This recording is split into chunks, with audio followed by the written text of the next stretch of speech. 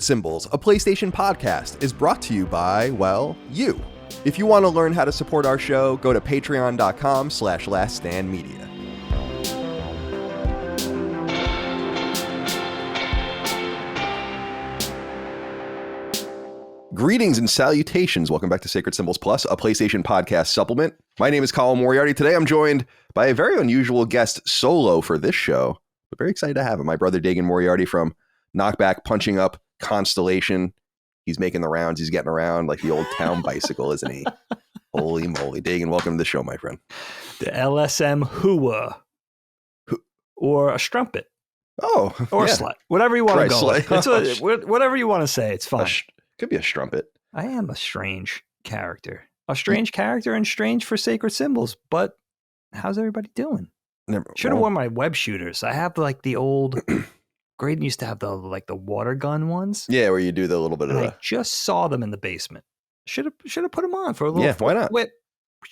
Dig, are you on 7 on your thing? Put yourself up a little bit if you're a little low, maybe there. Put it up. No, I'm not. I'm on 6. Yeah, there how's you go. that sound? That's way better. All right. Oh my goodness. Coming in strong, my friend. By the way, I'm looking down at I don't know if you have this on Windows, but my Windows thing just gives me messages. You could probably shut this off. So right now it's, where the date and time is. Yeah, I get that too. And it says grow your E-tree right now. What the fuck does that mean? Let's click it. I don't even want to know. Yeah, that sounds perverted. I do get a thing with my solar panels where it tells me the amount of CO2 we've saved, and then I have it, you can convert it in all sorts of things. So I have it converted into trees. I don't even know how that's possible. How do you convert solar panel usage into saving CO2 into trees? It's like, so give me like a figure. Like what does it normally say? I think right now it's 8 trees this month. As if I planted 8 trees. That's so broad though. Like what kind of trees? How big? Right. It's kind of nonsensical. Like I said before though, the exciting thing, those carbon credits. I actually got an email being like, you got to put your bank account information into this thing. Because I was like, this is bullshit. There's no way this is real. And then it's true. It's just trying to pay me free money for having solar panels. I was like, all right, cool. They're going to take your power and they're going to sell it. That's exactly right. Why should you not benefit, my friend? Right. Like the electric company does a 1-for-1 transfer, which is perfect. Right. And then you get your federal government carbon credit thing that you trade on an exchange. So like I'm in a specific exchange. I think I have it here. It's SREC trade or something it's called. It's like the big one, I guess. Okay. And you can set a price or just go by market rates. So you can literally just hold on to your carbon credits until they reach a certain price and only sell them at that price. But I just have them selling at market rates. And it's not very much money. I've made like a few $100s this year or something. But it's just... Yeah, but why not? It's just a little something, A little speculating. Look at you. Yeah. I like it. Like I'm a 49er. You're like an oil man. Yeah, an oil man. But with solar panels. We're just a couple oil men in here from Dallas. All right, Dig. We're here to talk about Spider-Man, 2018's Spider-Man. And we're on the precipice as we're recording of the next game coming out, Spider-Man 2, that comes out in 10 days from when we're recording. I think 9 days from when this goes live.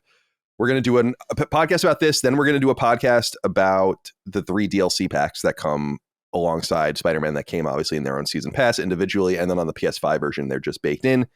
And then we'll do another episode on Miles Morales, which is the PS5 launch game that's also on PS4. And that will lead in nicely, I think, to Spider-Man 2, which I'm really excited about. And I don't know anything about Spider-Man 2. The big thing, and you probably wouldn't know this, but the big thing about the original Spider-Man when it came out and it was being teased, I think it was announced in 16 and then, teased 17, 18. Sure. They just showed so much and people were so mad about how much they showed. Like they just didn't need to show that much. And they might look at it and say, well, it worked. But nonetheless, I've stayed away from all the stuff. There are assholes out there trying to spoil it, but it's like, joke's on you, buddy, because I have no idea what the fuck you're talking about. It's like when you haven't watched trailers. No, I haven't. I've seen when it was revealed, and I think I saw one gameplay thing during a State of Play event. Okay. So like your Nintendo Direct style thing, and then otherwise, I don't watch trailers for anything. I like just going in clean and blind, and sometimes it leaves me surprised when a game isn't good or a game comes out. Like recently, the Dragon Quest game Adventures of Dai, based on the manga, came out, and I was really excited about. Not really excited, but I was like, I'm going to buy that for sure. I like Dragon Quest games, and I try to buy everything, and then it got like 5s and 6s, and I was like, I probably would have picked that up if I actually had paid any attention to it, other than that it existed. But that deterred you. The reviews actually threw you off the game. Yeah, a little bit. Yeah, you got to kind of take the consensus into account. It makes sense. Not necessarily individual reviews, but just kind of a consensus. Absolutely. And there are certain websites that I really like Push Square and stuff, where I think that they're typically you trust their opinion. Definitely, yeah. Collectively, and those nice guys, they know their stuff. They're knowledgeable. But today we are here to talk, like I said, about Spider-Man. So this game came out 2018, PS4, September of 2018. And I went back and looked. So I thought this was pretty interesting because I'm going to call this a Spoilercast and review discussion. I was originally going to say, is this going to be a redux? And the answer is no, because I went back and looked, and the Spider-Man Spoilercast that we did in a review discussion was the very first episode spinoff of Sacred Symbols we had ever done. I think sometime after maybe episode 10 or 11 of the show. Early. And we just called it special episode. I'm not even entirely sure it ended up anywhere except for on Patreon. And that was audio only. Right. And that was audio only. Me and Chris recording in person, 2018. And that went live. People liked that or whatever. But I'm just going to call this the Spoilercast and review discussion, not even a redux, because it'll be introduced on YouTube for the first time eventually. On video, like you said, generally for Patreon. And it's just a good time to kind of come and revisit it. And we do things a little bit differently. Like I think we like to do things a little bit differently here. And I feel like over time, the show has become stronger. And so it's good and it's just good to revisit these generally, because I was kind of playing around with the idea, Dave, should have this been a knockback? And I'm like, no, the game's not nearly old enough. It doesn't really make any sense. We're revisiting it because you've never played it. It'll be a review discussion and Spoilercast in the let's say in the main way that we usually do them, as opposed to a spinoff like we did the original. I hope that makes sense to everyone. Absolutely. Because I'm a little bit of a stickler about that kind of shit. I don't necessarily want to have doubles, and I think it's kind of corny when podcasts re-up and triple up on things that they've already done. We do that with Knockback just so we can start getting things on video, and that's our excuse here as well. All right. I love it. And look, we're in hype mode for a brand new game that's undoubtedly going to be the talk of the town. Definitely. And the toast of the town, right? So, hey. It's a precursor. Man, if it wasn't for Insomniac, we'd have like no PlayStation 5 games. It's pretty... Dude, shout out Insomniac. Yeah, my God. This will be their third one. So, which is crazy because a lot of other studios haven't got it all yet. So, this is Spider-Man 2018. It came out, let's see. I had it pulled up here. Right, September? Specifically the 7th. Our podcast went up the 13th. Oh, wow. And then it's also on PC as of 2022 as well. Okay. Want to check it out there. I think it's one of the best-selling games on Steam.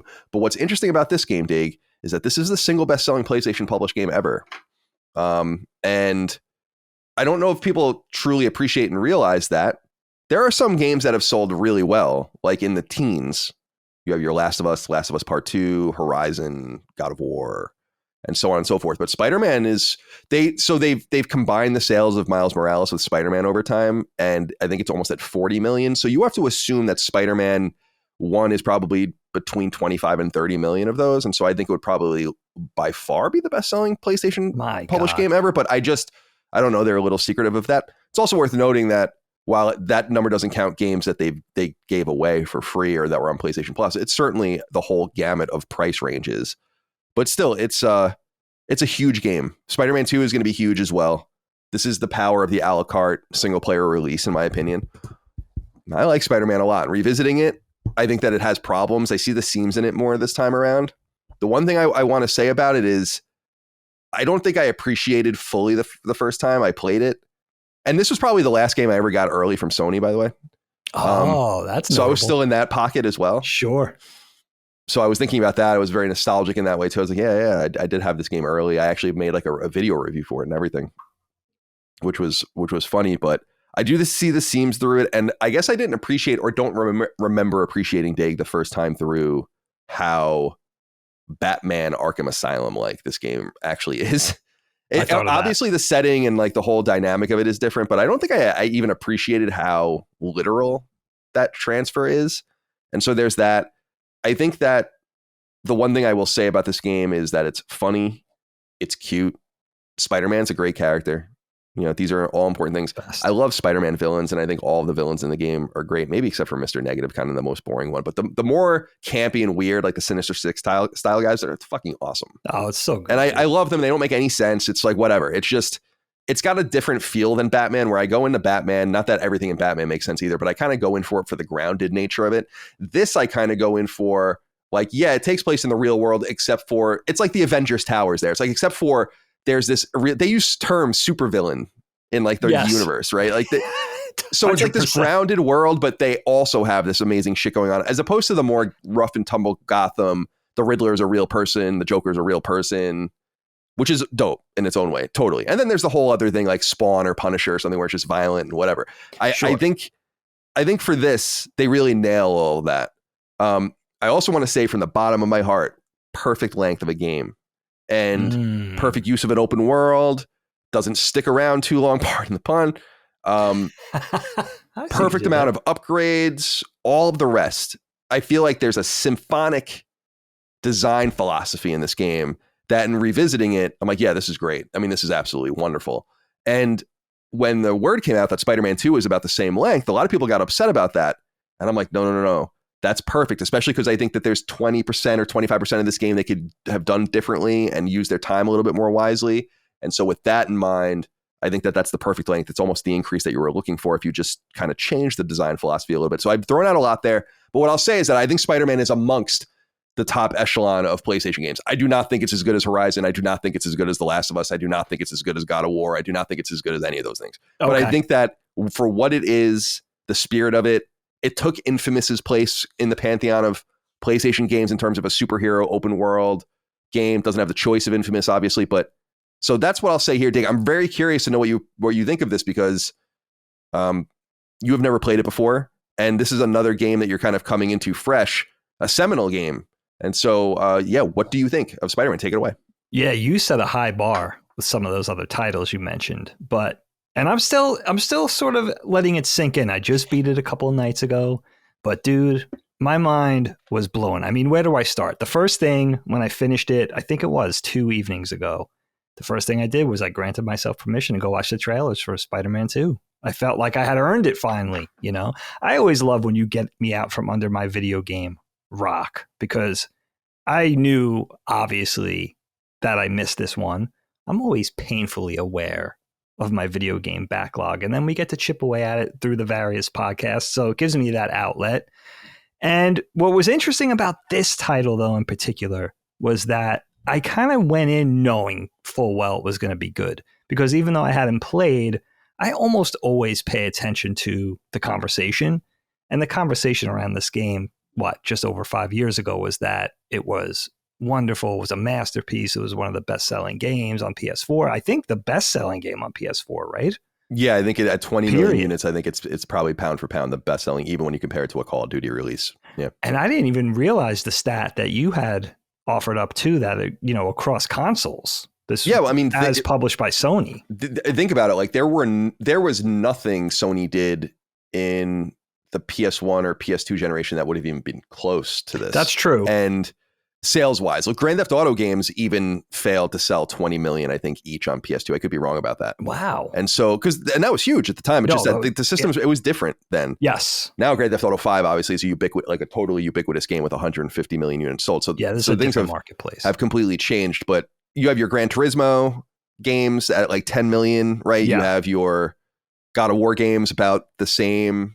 And then when you get to the Madden PS3 era, slot into that, the sport, the big high profile sports games. So I would think that Madden, the big game this time around is obviously the last generation or so. I think globally FIFA, obviously, and NBA I think is actually bigger than Madden.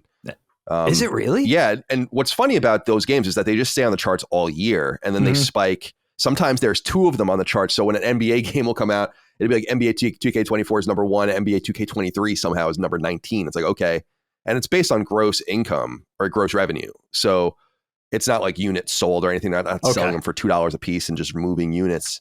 So I think that those games fall in the teens of millions if you're talking about Madden and NBA across the different platforms. Okay. But they don't really talk about numbers. And I don't know if that's to kind of hide the very churny nature of what they do. I mean, just inherently making a new game in about 9 or 10 months and then shipping it, making a new game in 9 or 10 months, shipping it. And you're not really making a new game. And so I think it looks a little gratuitous. Sure. Maybe you sell, which is why I think those games should go to platform level. Like you pay a subscription to EA NHL $9.99 a month.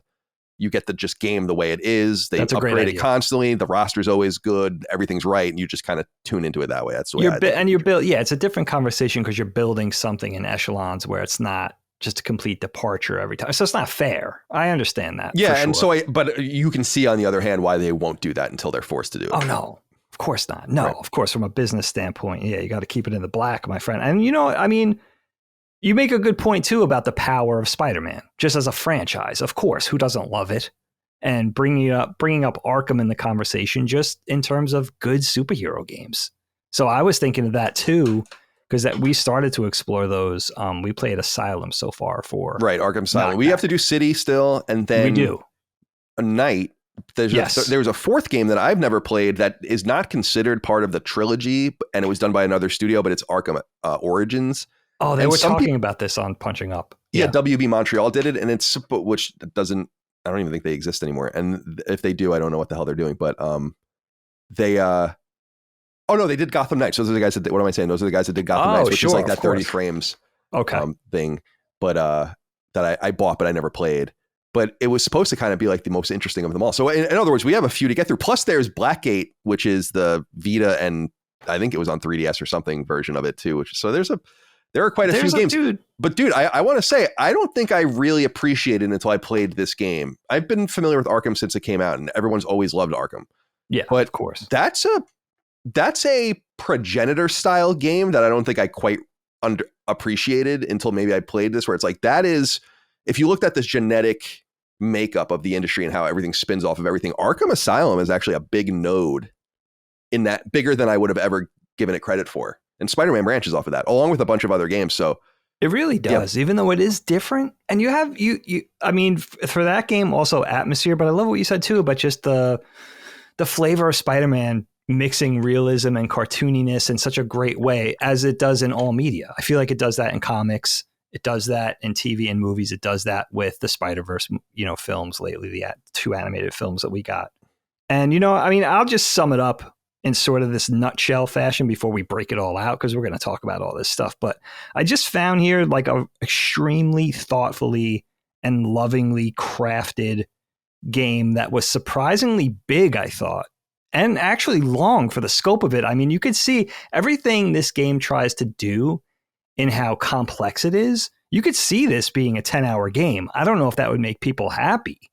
But the fact that it weighed in for me, I know a lot of people play it in 20 hours or maybe less. It took me always traditionally takes me a little longer. Maybe I kind of came in for just the core game, the main story at like 24, 25 hours.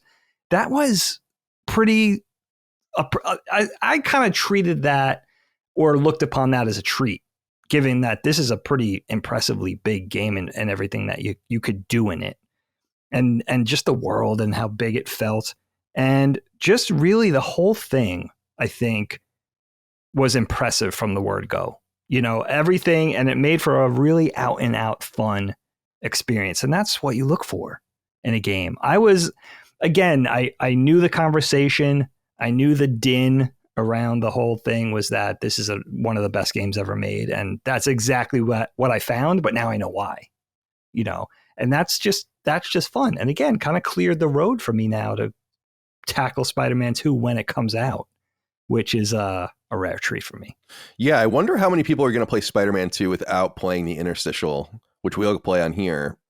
I don't know how mandatory they've made that seem or not, because you see what happens at the end of our game. And by the way, we're going to spoil the entire game here. So just so you know, and obviously the title of this probably gave it away in case you didn't realize that.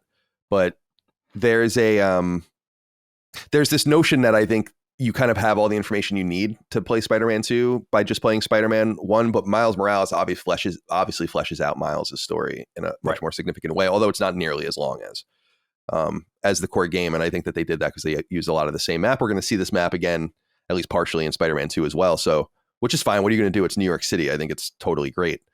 So yeah, I'm excited for you to play it too, but I'm excited for us to play the whole breadth of everything because I never played the DLC packs and I wanted to. They actually came out pretty quickly. At least the first one did, all things considered, upon when the game came out. But I don't like DLC, really. I talk about this a lot on Sacred Symbols. I'm just kind of done with a game and I'm not interested in going back and relearning how to play it. I like doing it in this huge package. It becomes, we got a letter recently where are we becoming more encouraged to just wait because you get a cheaper game, a game that runs better, fully patched or whatever with all the content in it, as opposed to buying the game at max value when it's running the worst with the least amount of content. It's almost it's a weird tension. And so that I experienced that here a little bit too. So I'm excited to play that because that'll be all new to me. Yeah. And Miles, that's fun. Miles was the first game I played on PS5. So it's been 3 years or so since us I played too, that as well. Actually. Yeah. And, I looked over Graydon's shoulder, my son's shoulder. Yeah, so did he play all these games? No, just Miles. Just Miles, because I think we got that when we got the console a couple of Christmases ago or whatever it was now. So it'll be nice for me to go in and actually play that because I just watched it in fits and starts. I didn't see everything. Maybe spent a couple hours looking over his shoulder. So yeah, it'll be fun. All right, so let me ask you some procedural stuff here. What you played on PS5? No, I played it on PS4. Oh my God, you played the 30 frames a second. I did, but you know what? And I was kind of, at first I was giving glaring reviews in my mind of like how smooth it ran and stuff, then realizing, okay, because you're playing at a slower frame rate. But there were two reasons I did that. One was because, I'm kind of a purist. Let me go tackle it from 5 year ago perspective. Yeah, I can appreciate that. Just get the Game of the Year edition. Comes with the DLC. I know we're going to tackle that. But also, Graydon sort of absconded with the PS5. He has it. My son has it set up in a little corner of our living room, but that's his gaming station.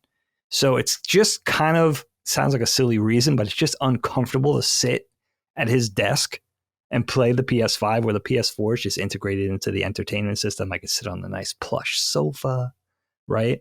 So it just, and I figured, let me just get the OG experience. And you know what the worst part is though?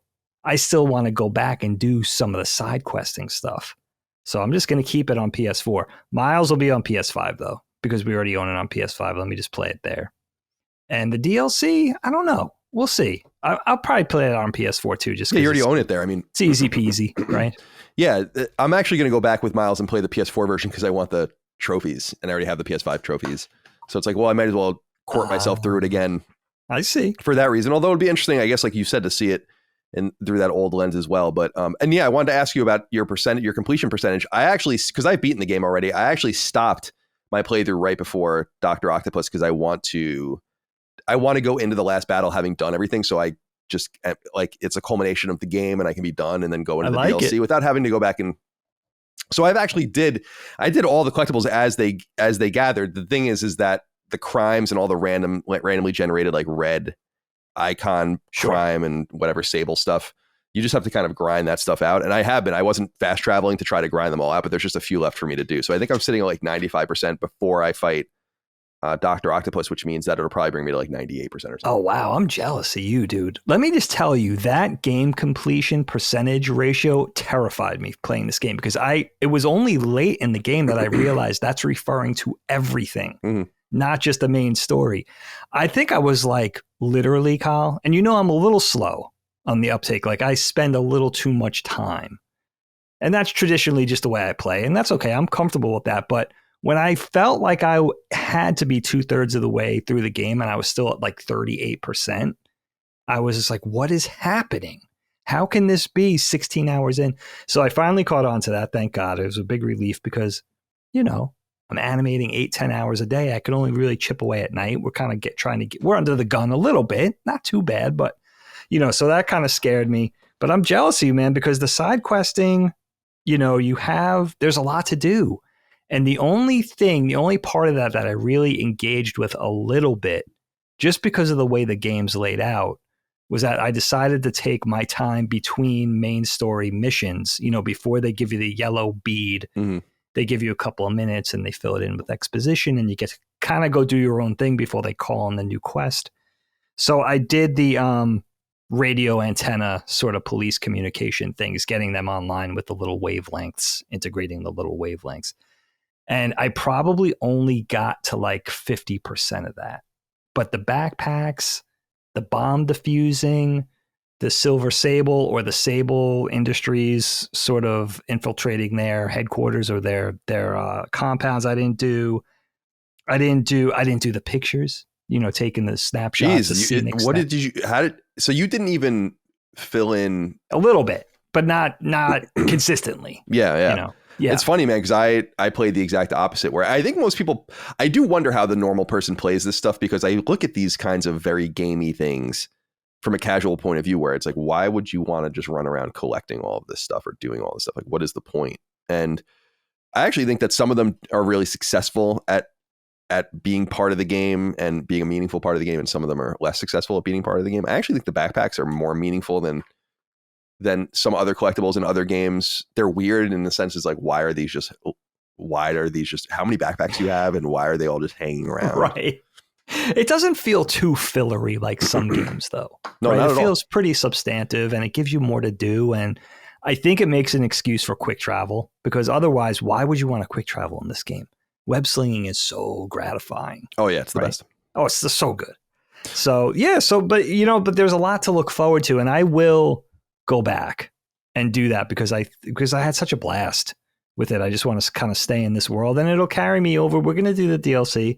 We're going to do Miles, but it'll carry me over through to Spider-Man 2. I mean, it's going to be all Spider-Man for me for the rest of the month, probably. Yeah, I was thinking the same thing for me. It's exciting. It's cool. It's just cool. Yeah, that's kind of the way I like to enjoy things. It's very similar to binging a TV show or something, where some people have been writing and being like, aren't you going to be tired of Spider-Man? I'm like, I don't really get that way. I'd rather just get it all over with right now and then just move on with my life, as opposed, and then revisit if they do a third Spider-Man, or a fourth one, I guess it would be, in the future. And who the hell knows what they're planning to do. But yeah, so I played it much more thoroughly in the sense that when something became available for me to do, the only thing that was not that I couldn't grind out in a literal way, again, were the randomly generated things, the crimes and all the things that popped up. So you have to just kind of wait and do those as they appear, which I always did. Right. But when the backpacks appeared, I went and got them all. When the landmarks appeared for pictures, I went and got them all right then. The Black Cat stuff, which I think is really cool, I went and did all of that right away. Oh, the Black Cat. That's right. That's the other one. And so on and so forth. So I like doing them. And that's the way I kind of like playing games, is just being thorough. I think it's really important that you play this game that way. Otherwise, I think you might get overwhelmed at the end. I'd be interested to see what your experience is going to be like as you have to do all of it. Yeah, I mean, it would have been nice. I'm kind of, again, it's like, this is one of the games I lamented that I couldn't 100% because it was that good and I was enjoying it that much. The random, like, playing crime fighter aspect where you're kind of breaking up muggings or stopping, something from happening on the street, just dealing with the random criminals. And then there's an uptick in that when everybody breaks out of Rikers. The one interesting thing about that is, in a domino effect style, that's directly related to getting the police antennas, the satellite antennas online. So you could kind of tune in to the radio, the police dispatch, right? Which I didn't fully do. That was the only one that really tempted me. The other ones, I think I was so compelled by the main story that I was so interested in furthering that I was getting a little impatient.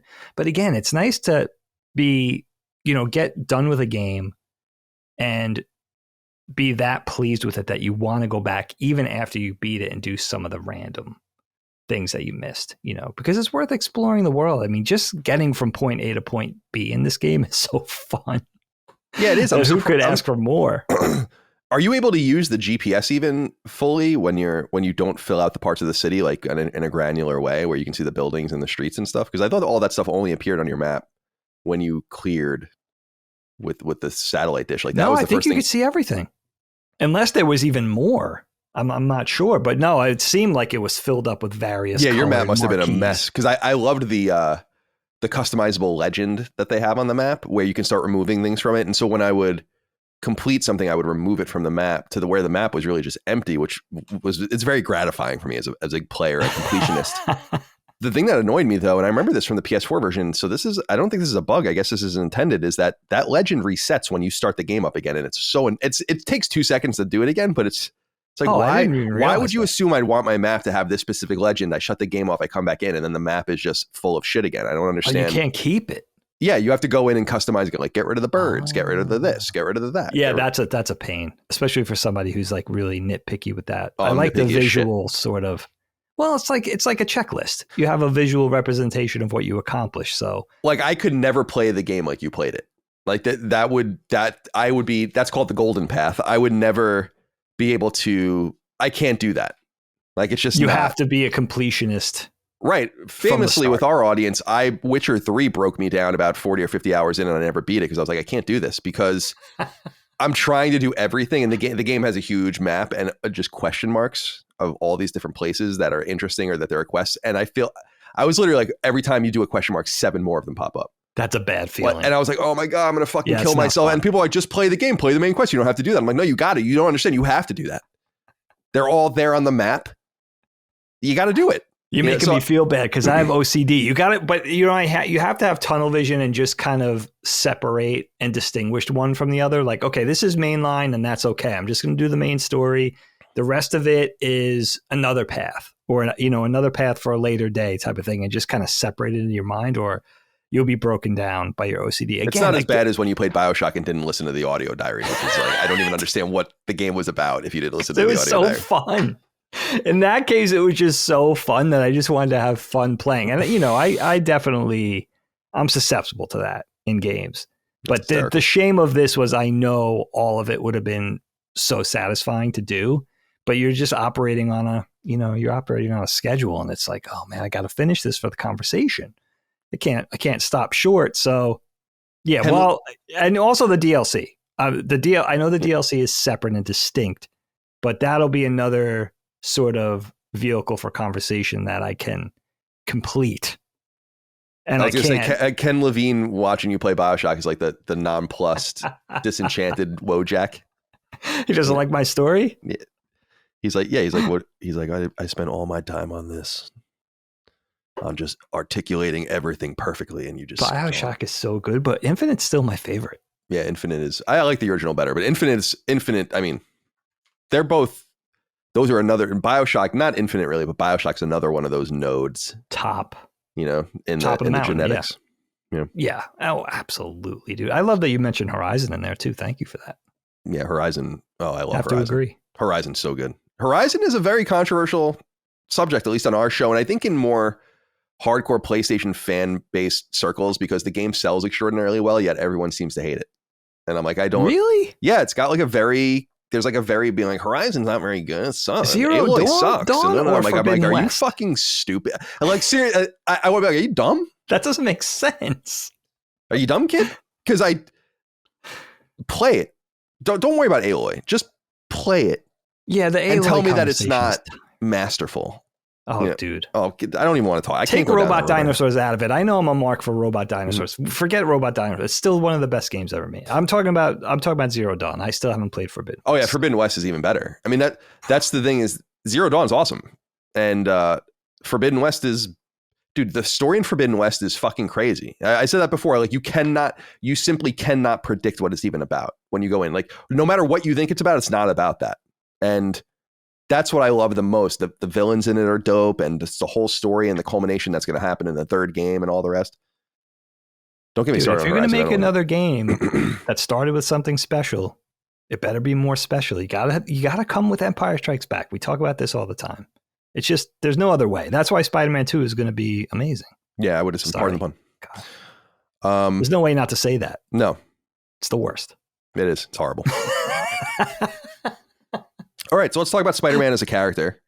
In this game, we find him, I guess, as a young 20-something post-bachelor degree or postgraduate, I don't know, working at a lab, already Spider-Man, poor.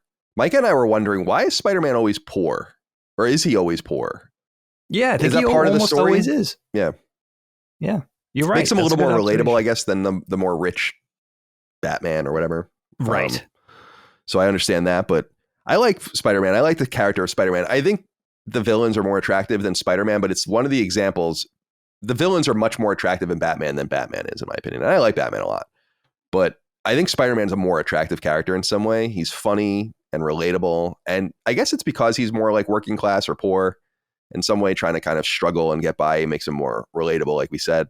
So what do you think about the way we find Spider-Man in this? Because I feel like in our world, at least in mine, people have experienced Spider-Man in many more ways than I have, but my own personal world, I feel like I've seen Spider-Man in a half dozen or so things. You have like the early 2000s movies, you have the cartoon, you have these games, you have the older games, and Right. you have the reimagined stuff, and then the MCU stuff, and I don't know, it's just all different. So this is kind of my Spider-Man in some way, at least the one that I guess I relate to and like the most. What do you think?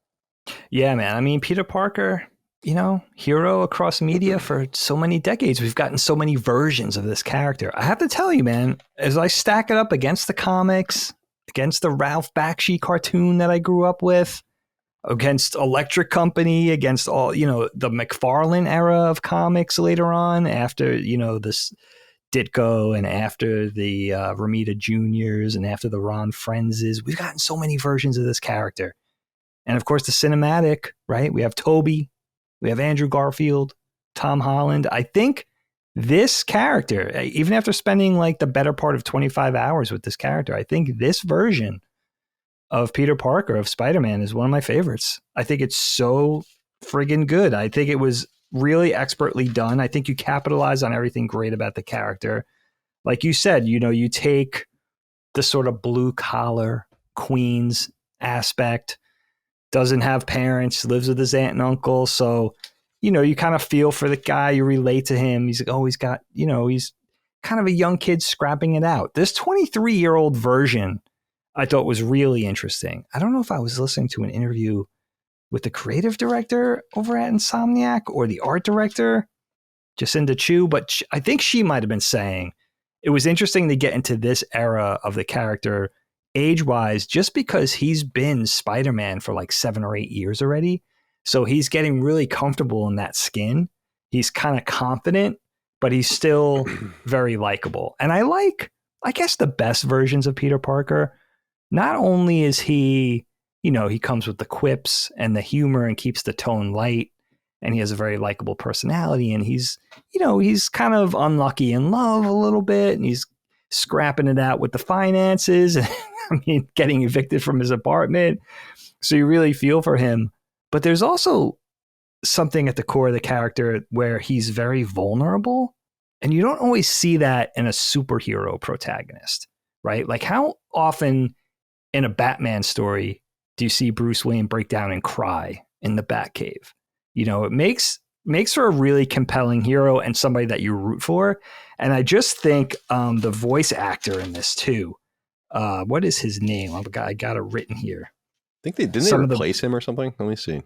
It sounds the same from the trailers. I don't want to spoil it for you because I know you haven't did something seen with the model. Maybe it was. What is Yuri Lowenthal? Oh, Lowenthal. Yeah, Yuri Lowenthal. I'm trying to find it. The list. Oh, here it is. Here's the list. Performance is so great. And in this game, what you get is not only the VO, but you get really beautifully done mocap with all the facial nuance. And we'll get into that later when we talk about the graphics and the animation, but really a great performance from the character. Really, seriously, maybe my favorite Peter Parker besides the Peter Parker in the first Spider-Verse film, who is the mentor to Miles in that movie. Super, super amazing. And I love that everything's kind of anchored around Peter Parker always, but this one was particularly lovable for me, man. I was kind of shocked at the quality of the performances across the board. And I think it starts with Peter, of course. Yeah, the voice acting, I think, across the board is really, really wonderful. And the work and the writing and the attention to detail that I think Insomniac is very well known for really shines through just in the exposition. It's kind of lame in some way when you think about it. He's constantly getting phone calls between missions, but the game never really stops or slows down. I almost get disappointed when the game enters a cutscene in some way because you want to keep swinging around and playing and just like, Absolutely. it doesn't, just be on the phone and I'm fucking fighting these criminals and I'm on the phone with MJ and she doesn't know. And it's not even supposed to be that way. And the other thing I love, and games do this, they do this more and more, and this is just an amazing attention to detail. I'd love to know what the first game was that ever did this actually, is when you're in a conversation and then you interrupt the conversation and go into a mission or go somewhere where something else is happening, the conversation cuts off, and then the next time there's interstitial period or a beat, they'll begin the conversation again, but Peter will begin the conversation and be like, I'm sorry, I cut you off last time. What were you saying? And they'll continue so it. Good. And I think that they must go through and have to edit and augment a lot of those lines because those could be the first line being, because she'd be like, oh, anyway, or just really well stitched together, brilliant audio. But there is a deep attention to detail, and that's across the game. I think, as I said earlier, it feels like there's the perfect amount of things to do. In fact, I feel like there's probably even too much. I didn't mess around with the tech almost at all in the game either time I played it. I just don't care. It's like you have these spider fucking drone and this thing you can put in the air, and I'm like, I don't care about any of that. Really? You didn't use them at all? No, I just used my web slinging, and that was basically it.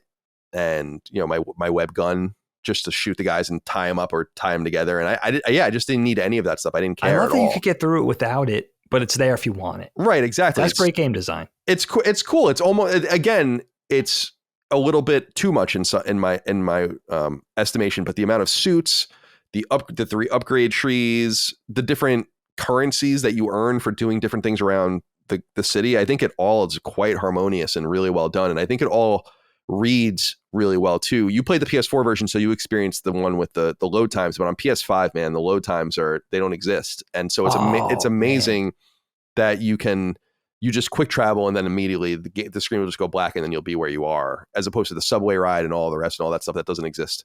That's worth playing because you do get some black screen. It's not infuriating in the PS4 version, but you do definitely get it.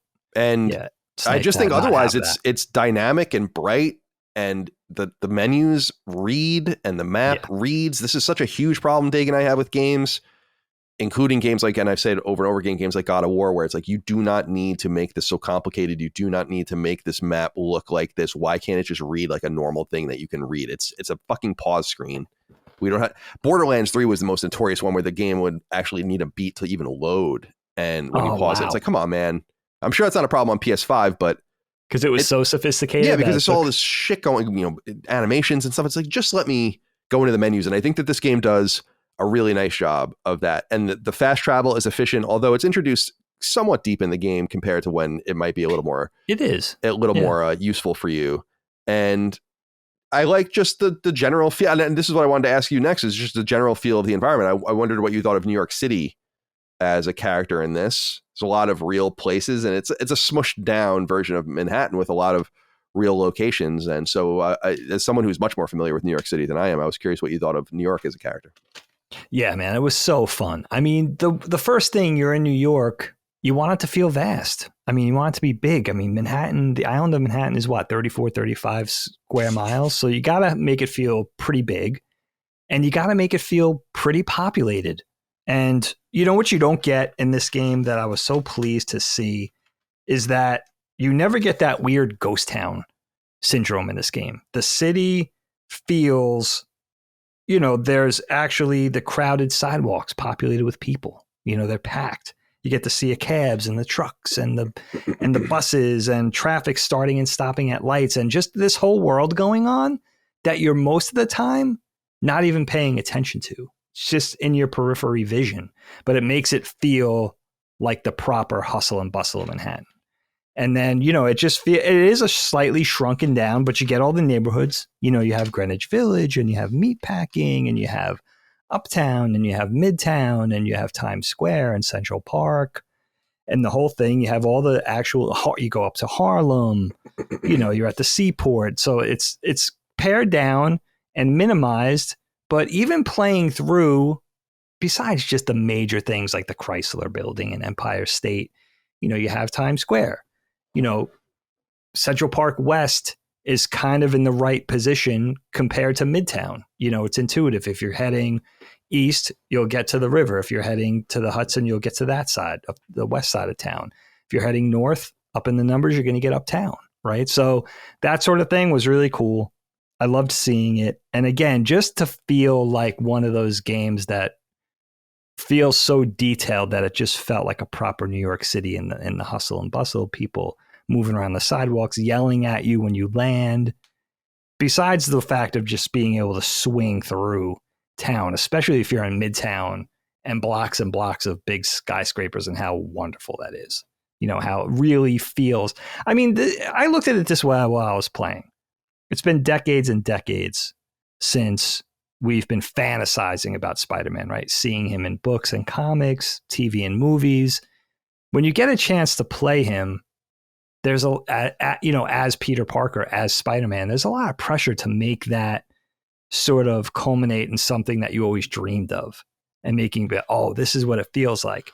And the game gives you a lot of that, where it's like, wow, this is a proper experience. I always wanted to do this, and now I'm getting a chance to do it, and it just feels like it should feel. It feels like the love and the TLC went into making it that way, which is a huge part of the game, right? Not just the combat, not just the side missions and the story and all that's wonderful, the characters, the stealth, but the actual web slinging is the meat. That's everything's hung on that. And the fact that they made it feel like you could really do that in New York City, in the trees, in the buildings, in the smaller parts of town, in the more grandiose parts of town. I think, man, I can't even imagine how hard that was to do from a technical standpoint.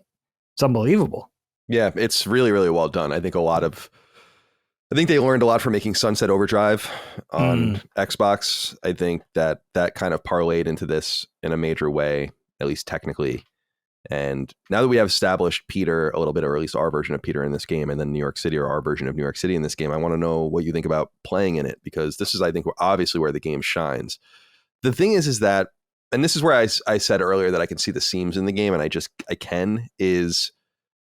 this is a game where you can only do so much compelling activity in the open world. You obviously have to break it up by giving these story beats where you're kind of trapped in these arenas or whatever and can't move on. But I think that the parts of the game where you don't play as Peter, but play as MJ, and then later as Miles, and then MJ again and Miles again, and so on and so forth, I just think that these are stopgaps to make the game feel longer that probably just could have been cutscenes. So I was thinking about this recently, or most recently, because it's the last thing you do with one of the other characters, is when you're MJ in the apartment and in Osborn's apartment, and you're messing around in the lobby, then Silver Sable comes down, you go up, and then you kind of sneak around, and you have like the buzz gun, and you're doing all this stuff. I'm like, this really just could have been a cutscene. This isn't why I'm here to play this. I don't want, and I know Chris was really passionate about this too. It's like, I don't really want to play as MJ, no offense. And I don't really want to play as pre-Powers Miles either. And I appreciate Sony has this, and I don't think this was part of it, but Sony does have this thing where it's like, yeah, play as someone else. It's very, or play as young person or whatever, play as young Aloy for a little while, or, play as Atreus for a little while. Oh, go. And it's like, okay, cool, but I'm not playing God of War to play as Atreus. I'm playing God of War to play as Kratos, and I'm playing Spider-Man to play as Spider-Man. And I think that the game, it doesn't break down in these sections. I just feel like they're not necessary. And you could be a little more you could have been a little more forthcoming even with cutscenes to just make up for that.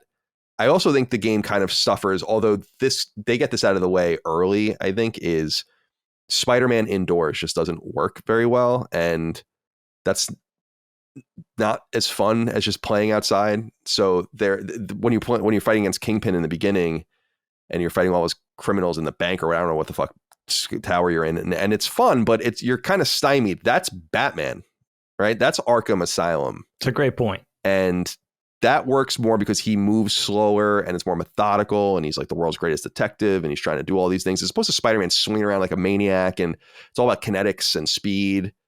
And so I think that the less the game allows you to play as Spider-Man outside, which is not that common. I mean, it does let you do that to your heart's content, really. I think that the game starts to break down a little bit in those moments, and I could have kind of done without them. Not so much the indoor, right? Spider-Man's got to go inside, he's got to do things, he's got to crawl around, all that are cool. But yeah, the MJ stuff in the museum and all, I'm like, I don't know, man. And then you'd make the wrong move, there's nothing you can do. She has like the crazy, and then it just says that you failed. It's like, if you want to be Metal Gear, be Metal Gear. If you want me to be Spider-Man, then just let me be Spider-Man. So that would be my only complaint, because otherwise I think that the game plays wonderfully. Just the act of swinging around is so intuitive, feathering the R2 and L2 buttons, using the X button to kind of shoot forward, and all the rest. It works brilliantly from a movement and a locomotion standpoint. And then in combat, I think the game is just perfectly simple, and just a lot of square button, a lot of triangle button, jumping around, comboing people. And then, like you said, there's this array of optional stuff you can do that I just didn't need. I assume on the harder difficulties, I played it on just normal difficulty, but yeah, the harder difficulties, like I think there's a very hard difficulty in New Game Plus and all of that. I'm sure that they become much more useful, but for this, I didn't bother. So yeah, talk to me a little bit about playing. You make some great points, man. I mean, that's a great observation about Spidey and just being out in the open. You know, it's about space. Look at his powers. You don't want to box him in. So that is interesting. And I did enjoy those shocker fights in the bank vault and in the bank and everything like that. Those were fun. And they were a nice intro to your powers and getting you acclimated with how it's going to work and the rhythms and everything like that. But that's an awesome point. I mean, I found the design in this game, you know, from A all the way through Z was very intuitive. The visuals, of course, but the menus and the HUD, as you said, the mechanics, I found it, even though it's kind of complicated if you take everything in, like the tools that you largely didn't use and stuff like that, there is a lot, but it makes you feel there's some sort of balancing act going on. It's very clever because it makes you feel smart when you get it right away, and it makes you feel like you're good. And maybe you are, but really it's just designed really well. And it makes you feel like, wow, I'm a superhero. And I kind of love that. I kind of got to disagree with you a little bit about the Miles and the MJ sequences. And I'll tell you why. And I'll be completely honest with you. You're absolutely right in the fact of what you look forward to in this game the most is being Spider-Man, the web slinging, and the combat. And I loved the stealth combat in this game too, where you have to take out guys on the sly, divide and conquer, separate them, post up on the wall, perch, take your time. I kind of really enjoyed that. And that's where the tools came in for me, like the tripwire, the web bombs. I enjoyed using the drones, even though they weren't very powerful, just because it was something to do while you were hidden away and you could kind of attack on the sneak, which I thought was fun. But those are the parts that you're looking forward to the most. I'll completely cop to that. But what I like about the Miles and the MJ stuff is that you have to get through certain parts of the game without the brute force, right? Without the action, without the fighting. So you have to do it differently. Maybe you're hacking like Miles. Maybe you're using some devices that Peter gave you if you're MJ, as distractions and sneaking through. And the other thing about playing through those, even though they're not quite as fun, they're a nice time to fill in story and exposition because it's going to take a little longer, right? And the other thing is it makes you look forward to the other things. Just in terms of variety, I liked having that in there. The thing with it, though, is that you have to make sure from a game development standpoint that it's not just an artistic or creative wank to have it in there. It's like, look what we could do. Look what we thought of, right? You have to make it a special part of the game. And I guess you're right in that those parts aren't quite as fun, but I think of that one sequence, and you'll remember this, Kyle, where you're playing as Miles and you're trying to avoid Rhino. You have no combat capabilities. It's pretty horrifying because you just want to get Miles through.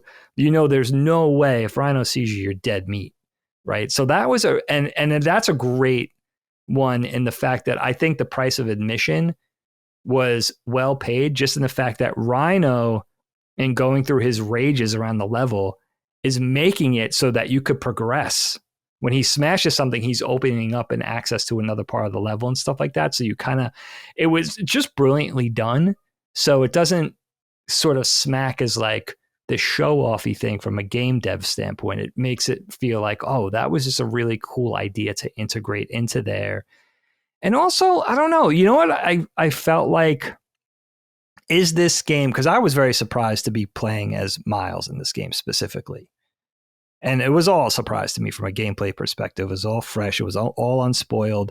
But I thought it might get to the point where Miles had a little combat stuff. And I was kind of looking forward to that. Like, am I going to be able to fight as like a lower level Peter Parker? And I'm kind of glad in retrospect that they didn't do that, because I think to keep those things separate and distinct, it was like, right here, you have to use your mind and just get from point A to point B undetected without resorting to gadgets or fighting or fisticuffs.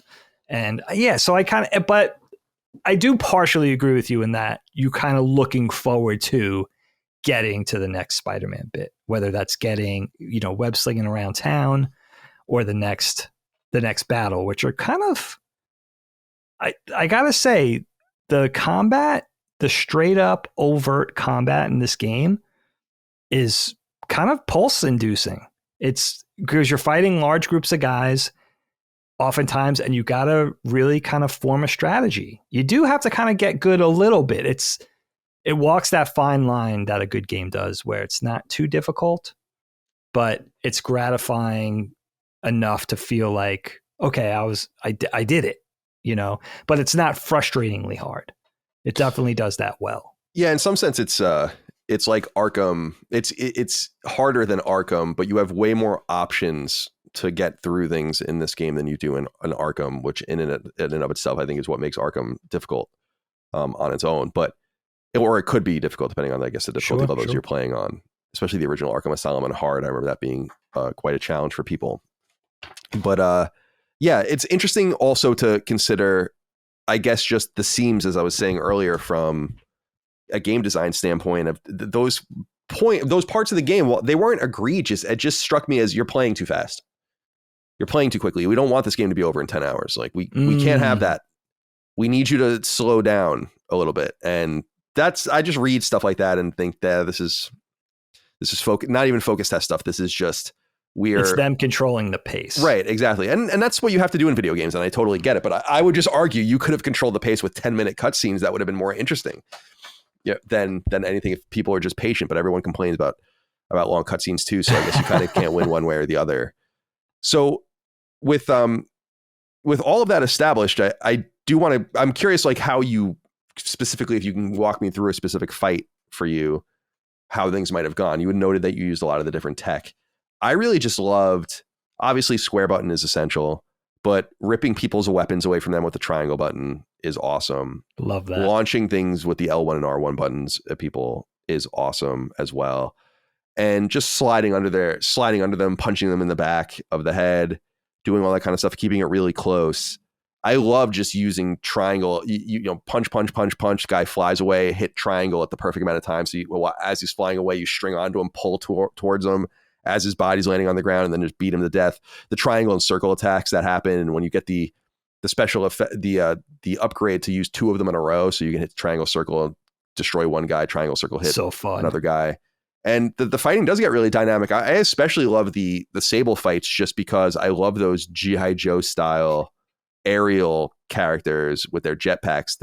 They're really cool. Throwing rockets back at people is fun. It's very, very fun to fight in this game. You almost seek them out, which is why I think the randomly generated crimes that pop up around the city are so fun, because it's like, yeah, I just want to beat the shit out of these things right now. You're swinging in the air. You're 30 stories up. You hear the radio call come in. You see the red thing on the icon. You're dropping down on them. You just mash triangle. And the second you get to the appropriate altitude, you just stick on one guy. Doesn't even see you, kill him immediately. So good. Something very fun about it. So yeah, how did it go for you? Did you like doing some of the similar moves? The whole game could have been like that. And that could be a whole nother game. Who knows? Maybe some of the DLC, again, it's completely unspoiled, something to hope for. But yeah, man, the combat with the sort of the trinkets and the gadgets I saved those for kind of the stealth combat stuff, because some of the stuff is so hot and heavy with the overt combat that you don't really have time to be dawdling with, what am I going to use? And the only thing I did use was probably just string them up with the conventional webs, whether it was one of the bigger mini boss type dudes that you just want to kind of subdue. But basically, I would try to just kind of employ a tactic, because there's always going to be flocks of enemies, right? And they're all a little different. You make that point too. You have kind of the Sable soldiers, you have the Fisk thugs, and you have Lee's demon army, and then the Riker's inmates. So you have different sort of characteristics, different groups of enemies to deal with, and you got to know them. But what I tried to do almost to a fight was to get them in the air, do the Street Fighter, Marvel vs. Capcom juggle, because you got to get off the ground to get away from the other dudes. And then once I'm finishing one dude, sort of, I was calling it harpoon, but kind of web the next dude on the ground, which will auto select the guy nearest you and then start up on him, get into the air as quick as possible.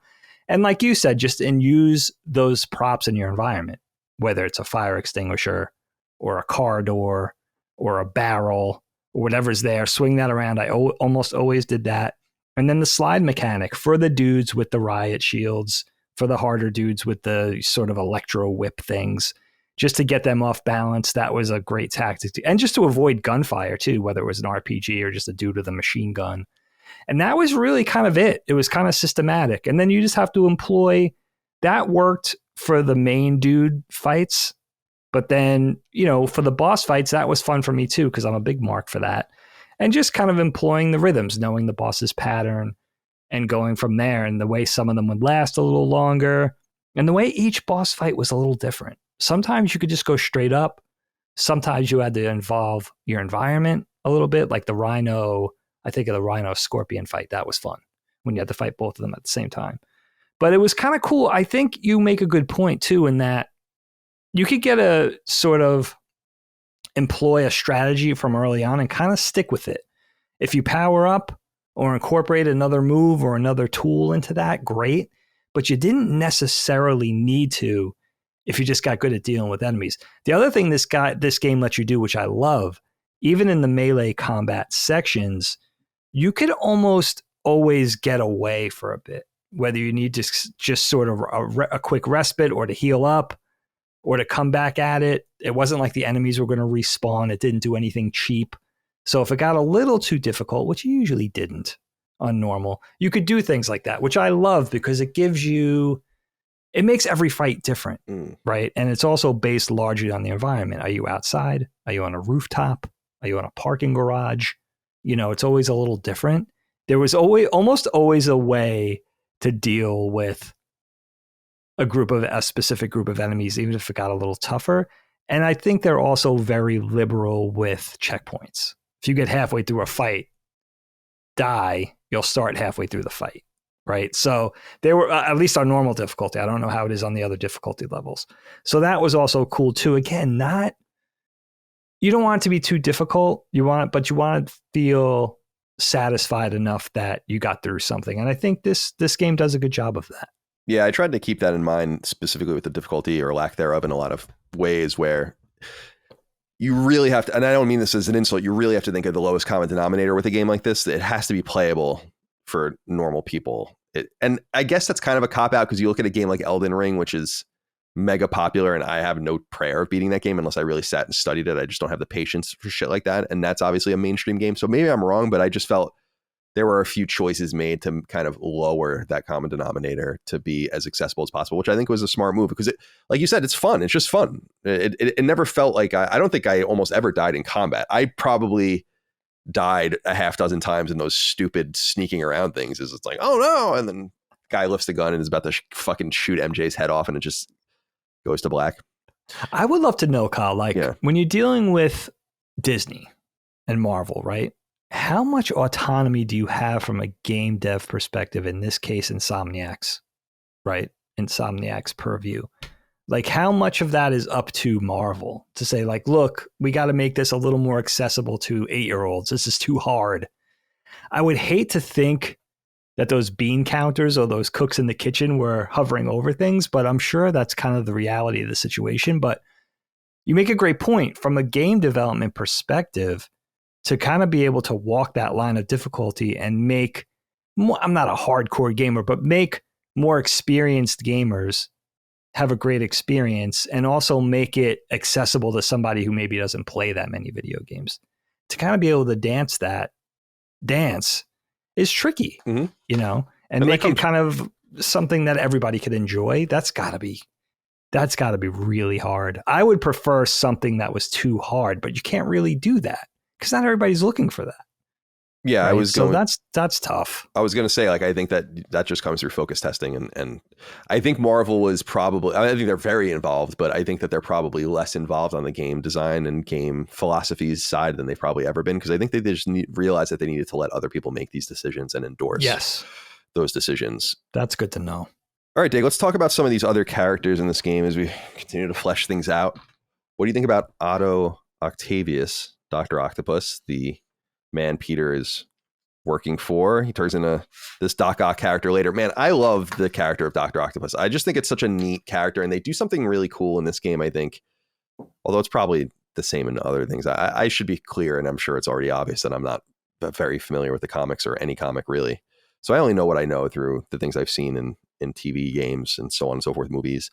But I love this very eerie thing they do with Dr. Octopus where his legs are so sophisticated that his body stays perfectly still as he moves. So it's not, so there's like some sort of like gyroscope and accelerometer and all this shit that keeps his body not even shaking at all, like just perfectly natural movement. And it's very eerie. And I know it's intentionally done. And it's as opposed to that more industrial shake that you might get from something. I think it's so cool. It really sets the stage. A very, very well played. William Salyers, I guess is the guy's name that plays him in this. And he's dope. I mean, it's a really, really great rendition. So I'm curious what you think of our boy Otto Octavius. And it's kind of a sad story, right? I mean, it's about how a guy is kind of degenerating and trying to help himself. And it's also got a little bit of a Mega Man thing, doesn't it? Like a Dr. Light, Dr. Wily sort of thing where but not really, because Dr. Wily, I guess it was, Dr. Wily became evil because Dr. Light overshadowed him and became much more successful than him. And that's kind of what this is about too. So what do you think about Dr. Octopus, Otto Octavius? It's so funny that you bring up Mega Man, because I was going to forget to say this, but I definitely thought about this.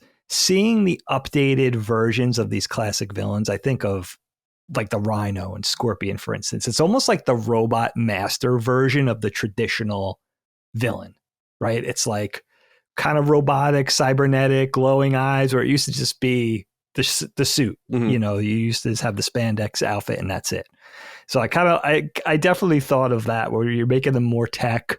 You're trying to make them more modern. I don't mind it. I think it's awesome. And it's funny you say that too, because I was thinking about your observations often of size and variable size and characters. And I always think of Gutsman in that, and Mega Man 1, and Rhino reminds me of that, a lot of that in this, how he's just so much bigger, and it draws a really cool comparison.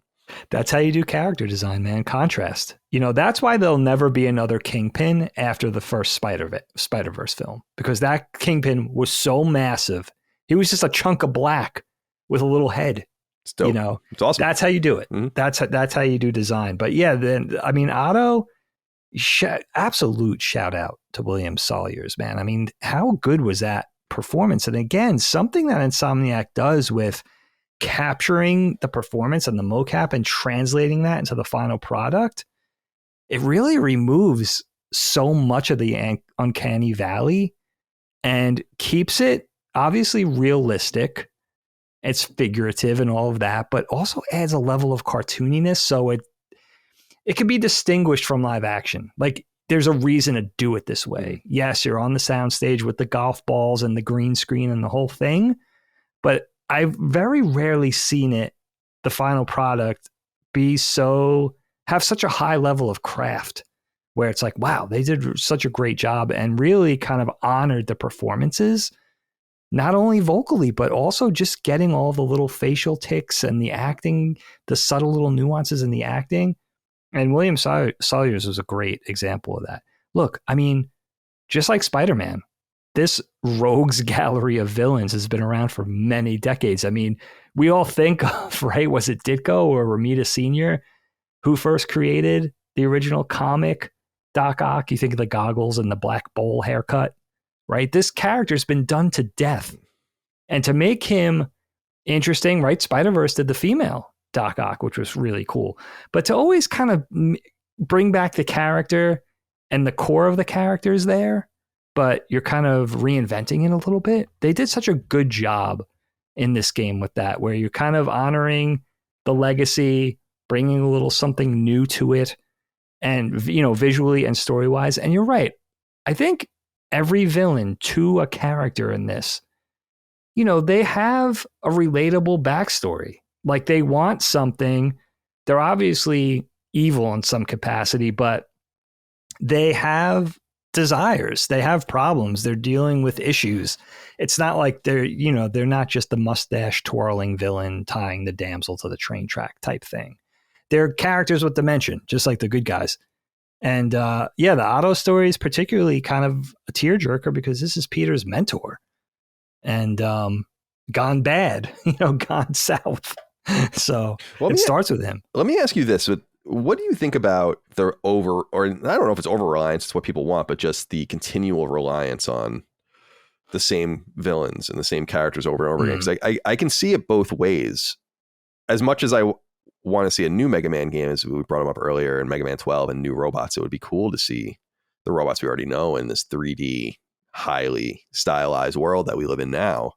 And so I can see it both ways, but I think about Batman with going to Joker over and over and over and over again, but then you kind of break out of that, and the cartoon first in the early 90s, I guess, does Harley Quinn, and now she becomes a staple of this as well. I think about it just in licensing and content management too, with Nintendo, with something like Splatoon, where you finally do something new and it sticks in some way, or you go back to the well with something that maybe was a little bit more niche, but that is more relevant now, like Metroid or Animal Crossing, especially. And so how do you balance those things? Because how do you introduce a new villain? Is Mr. Negative new? Because I've never heard of that character until this game in my entire life. So is he a new thing? I was curious about Mr. Negative too, because I'm largely unplugged from the modern Spider-Man in comic form, just like many, modern comics, contemporary comics. I'm tuned out. So that's a good question. It's kind of a tricky thing. Like, why do we keep? It's a great point. Like, why do we keep returning to the well in DC, in Marvel, whether it's X-Men or Avengers or Spidey or Batman or Superman? Why do we keep returning to those classic villains and sort of reinventing them? And then, of course, there are iterations over the eras. If you think of somebody like Rhino or Lizard, right, who's classic, and then you think of somebody newer like Venom came into it later on. Yeah, is Venom from the 90s? Is Venom from the 90s or 80s? Venom might be from the late 80s. Don't quote me on that. Newer. I feel like he and Carnage were like huge in the 90s. Yes. Yeah. Carnage is another great point. Yeah. But they do seem like having sort of treading into those new waters with new characters does seem sometimes like fewer and far between. And why? And again, maybe I'm talking out of both sides of my mouth because I don't really know. Maybe they're introducing new characters bi-monthly in modern Spidey, whether it's Miles or traditional Spidey or whatever's going on right now in comics, in the comic world. That's why I feel sometimes bad talking about this, because I don't have the whole breadth of the conversation. But it is a great point just in terms of media. There might be sort of a fear of when you're going so mainstream and trying to appeal to such a wide base, right? That you have to go for the known thing because it's like, oh, I know that guy. I know Rhino. I know Electro. I know Vulture, right? Because these characters date back and have been reinvented systematically over the years. It's not somebody even more new like a Venom, who I believe is coming. I don't want to spoil anything. Yeah, I think so. I think so too. So, but it's a great point. I wonder if it is that sort of knee jerk thing of we have to kind of incorporate a world that everybody knows because we want to sell max copies.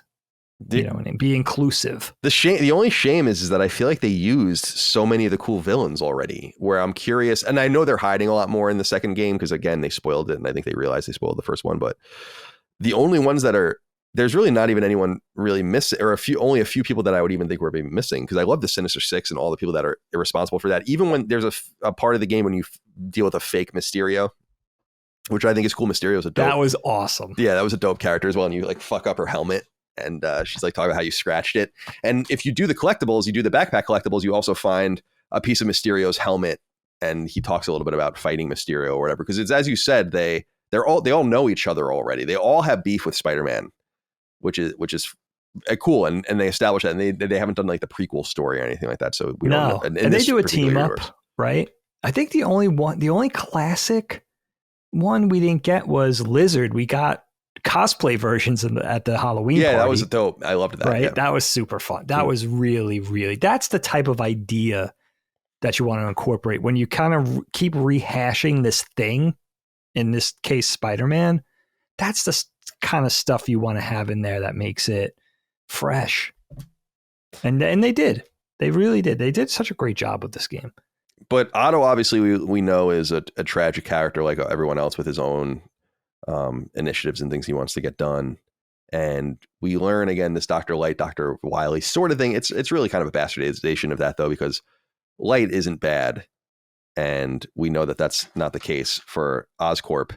And I guess he's trying to kind of court him into his lane by cutting off his funding and telling him to come work for him and all that. So he's getting manipulated. And he's the only one at the time that Octavius is the only one that knows at the time that he's dying. And so, yeah, there is some Dr. Wily energy there, but not too much. What about Yuri Watanabe, the NYPD, I guess, detective that he works with?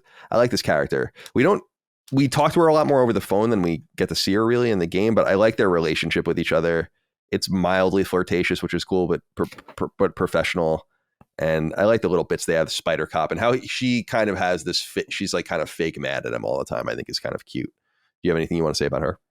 Yeah, the fact that she has to kind of swallow her pride to even be affiliated with him. Because it really kind of means that she's not doing her job with the resources she has allocated. But Spider-Man's so effective, so they have this grudging, almost playful relationship where Peter feels underappreciated and Yuri feels kind of shitty that she even has to ask in the first place. But they have this friendship, this unlikely friendship. And they kind of need each other, right? I mean, Yuri really needs Spidey at her disposal. She's a really fun character, really cool. Another thing where you're kind of introducing a character that I didn't know of and making her fit into this world of a lot of knowns, the MJs and the Aunt Mays and the Peters and this rogues gallery of villains, and making her seem like an integrated part of that. And just, kind of like one of those characters that they do along with MJ, Miles, I guess Aunt May to some degree, where you have that exposition.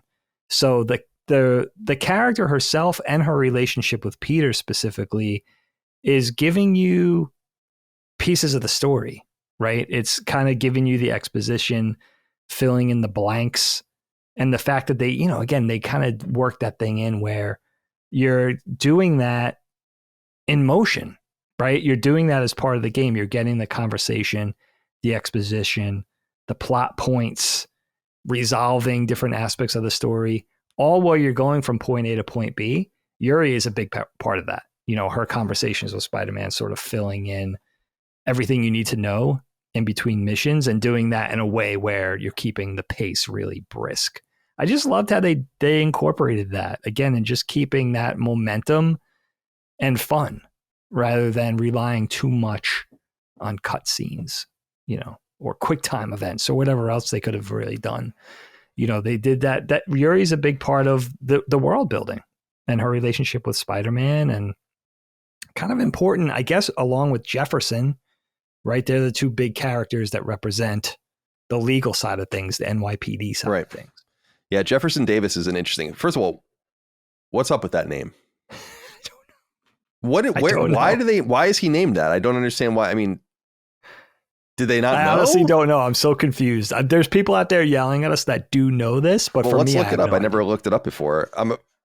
Let's see. Jefferson Davis Spider-Man I don't think wiki.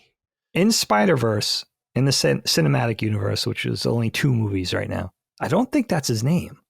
Davis was born in New York City around the year. This is from Marvel Spider-Man fandom.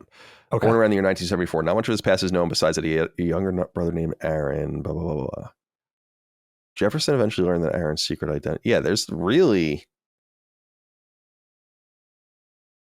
I don't see anything about like why is he named... I'm looking for a name. Isn't that funny? They briefly spoke, but Spider-Man would not remember his name. Yeah, I don't... How can you not note that? That just for people that don't know what we're talking about, Jefferson Davis is the president of the Confederacy. And it's weird to name a black person, especially that, without intent. I don't know. Maybe you're trying to take it back or something. It's interesting that's I like not... that he is the president of the Confederacy. Yeah. And all right, so we have him, and then we have our two redheaded gals in Spider-Man's life. We have MJ and Aunt May. What do you think about these characters? I wanted to ask you specifically about MJ, so we can start there first. In this, again, same age, early to mid-20s. She's a journalist, a successful journalist at the Daily Bugle. And although I had in my notes here, it's weird. There's this one scene where MJ is like a news broadcaster. I don't know if you picked that up. Like, so she's got like chyrons around her. I'm like, what is this? I thought she was like some junior, making her bones kind of journalist, but I don't understand what's going on. She gets promoted at one point, right? Later in the game. Oh, does she? Yeah, I don't know. I think there's some sort of exposition. It's not, it's kind of skimmed over, but yeah, I think so. So what do you think about her? So I wanted to ask you specifically about her because there's some dialogue and whatever in the games industry that, and again, this is just a peripheral thing, but you see it pop up and I'd be curious to know what you think of it, which is like, she's not hot enough. She's not MJ. Why do we only have to have, ugly women in quotes? And I'm like, she's not ugly at all. I think she's actually a super cute girl next door in my opinion, but I guess they People want have said that. Yeah, dude, that's definitely insane. Yeah, definitely. And it's like, why do you have to desexualize everything or whatever? Like, she's supposed to be hot and she's supposed to be out of his league and whatever. I don't know any of this stuff. I don't know what it is, but I never noted that as a problem until I was reading about it. And I don't know. Do you think that this MJ works? She's, I guess, a more muted professional MJ, but I don't know what she's really supposed to be in the comics or whatever. And if that's really supposed to be the representatives where, I don't know if she has cleavage out or something like that, but I don't think every character needs to be that. Why do we need to sexualize Spider-Man of all things? So I've always found that confusing. Again, it's probably just a small minority of people that feel that way, but I have seen that continuously, especially that's popping up again because of Spider-Man 2 imminently coming. But I remember that even being a thing throughout the last 5 years. So what? Dude, that's complete insanity. I mean, I understand if you're a Spider comic purist dating back, like Colin and I really aren't, and you're kind of beholden to that legacy. And that's the story, because I'm not even sure, what I know about MJ from the various media. And again, I know less than some people, but that's the prototypical girl next door, right? And it was always historically, conventionally, this love triangle between Peter, MJ, and Gwen Stacy, right? And it was Gwen doesn't make an appearance in this game. I don't know if we'll get her in the next one, but that was always the thing of this girl next door and sort of this really kind of innocent relationship where these two characters, even though they grew up next to each other in New York and Queens or whatever, they were kind of destined for each other. There's a real love there because they were friends and they knew each other from childhood. So it's this relationship with a really strong, kind of cool foundation, and they really love each other. First of all, I think Laura Bailey's portrayal of the character is adorable. So I don't get that at all. I think she's super cute. Yeah, I think she great. Acts cute, personality's cute, looks cute. Like, what? I don't understand the problem, right? I know. See, I automatically go to the Tobey Maguire versions, right? And that was Kirsten Dunst. Mm-hmm. And Kirsten Dunst is beautiful. But even with that character, it's a different sort of exotic type of beautiful. It's not the conventional beauty that you might think. It's something more interesting, right? And I think it's a similar thing with this character. It's a different look. Obviously, it's a whole different visual component to it than a Kirsten Dunst, a younger Kirsten Dunst, but it's kind of the same thing. You have to kind of, I don't know, you got to have tones of the girl next door in that. It can't be like a supermodel. I don't think that really works for whatever that is. Super tall, super, obviously like cover of Vogue magazine, gorgeous type of thing. I think it's a different thing. I'm really surprised to hear that because I think the character is super cute. I love the friendship. I get a little bit frustrated at the sort of tumultuous romance going on. I think it's unnecessary. Like, can you just admit you love each other and stop with the unnecessary drama? Yeah, right. Type of thing. But you have to have a little bit of that, trouble in paradise component, I guess, to the love to make it interesting. And then it kind of comes together at the end, even though they're on the rocks, they're on the skids a little bit in there. But I love it. I love this character. I love the portrayal. I think it's as good as any MJ I've seen in media. It's so fun.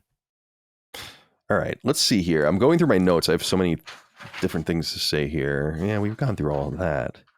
All right, so I wanted to ask you about this. This is a conundrum I have, and this must have come up when we did Arkham Asylum, although I guess that was back in, when we do that, 2020, I guess. Yeah. So it's been a while since we talked about that. That was pre-video knockback or pre-video LSM generally. Yeah. So I have this conundrum here, and I specifically frame it through this. So we find out Miles's dad is killed by basically these like suicide bomber dudes working for these other higher criminals.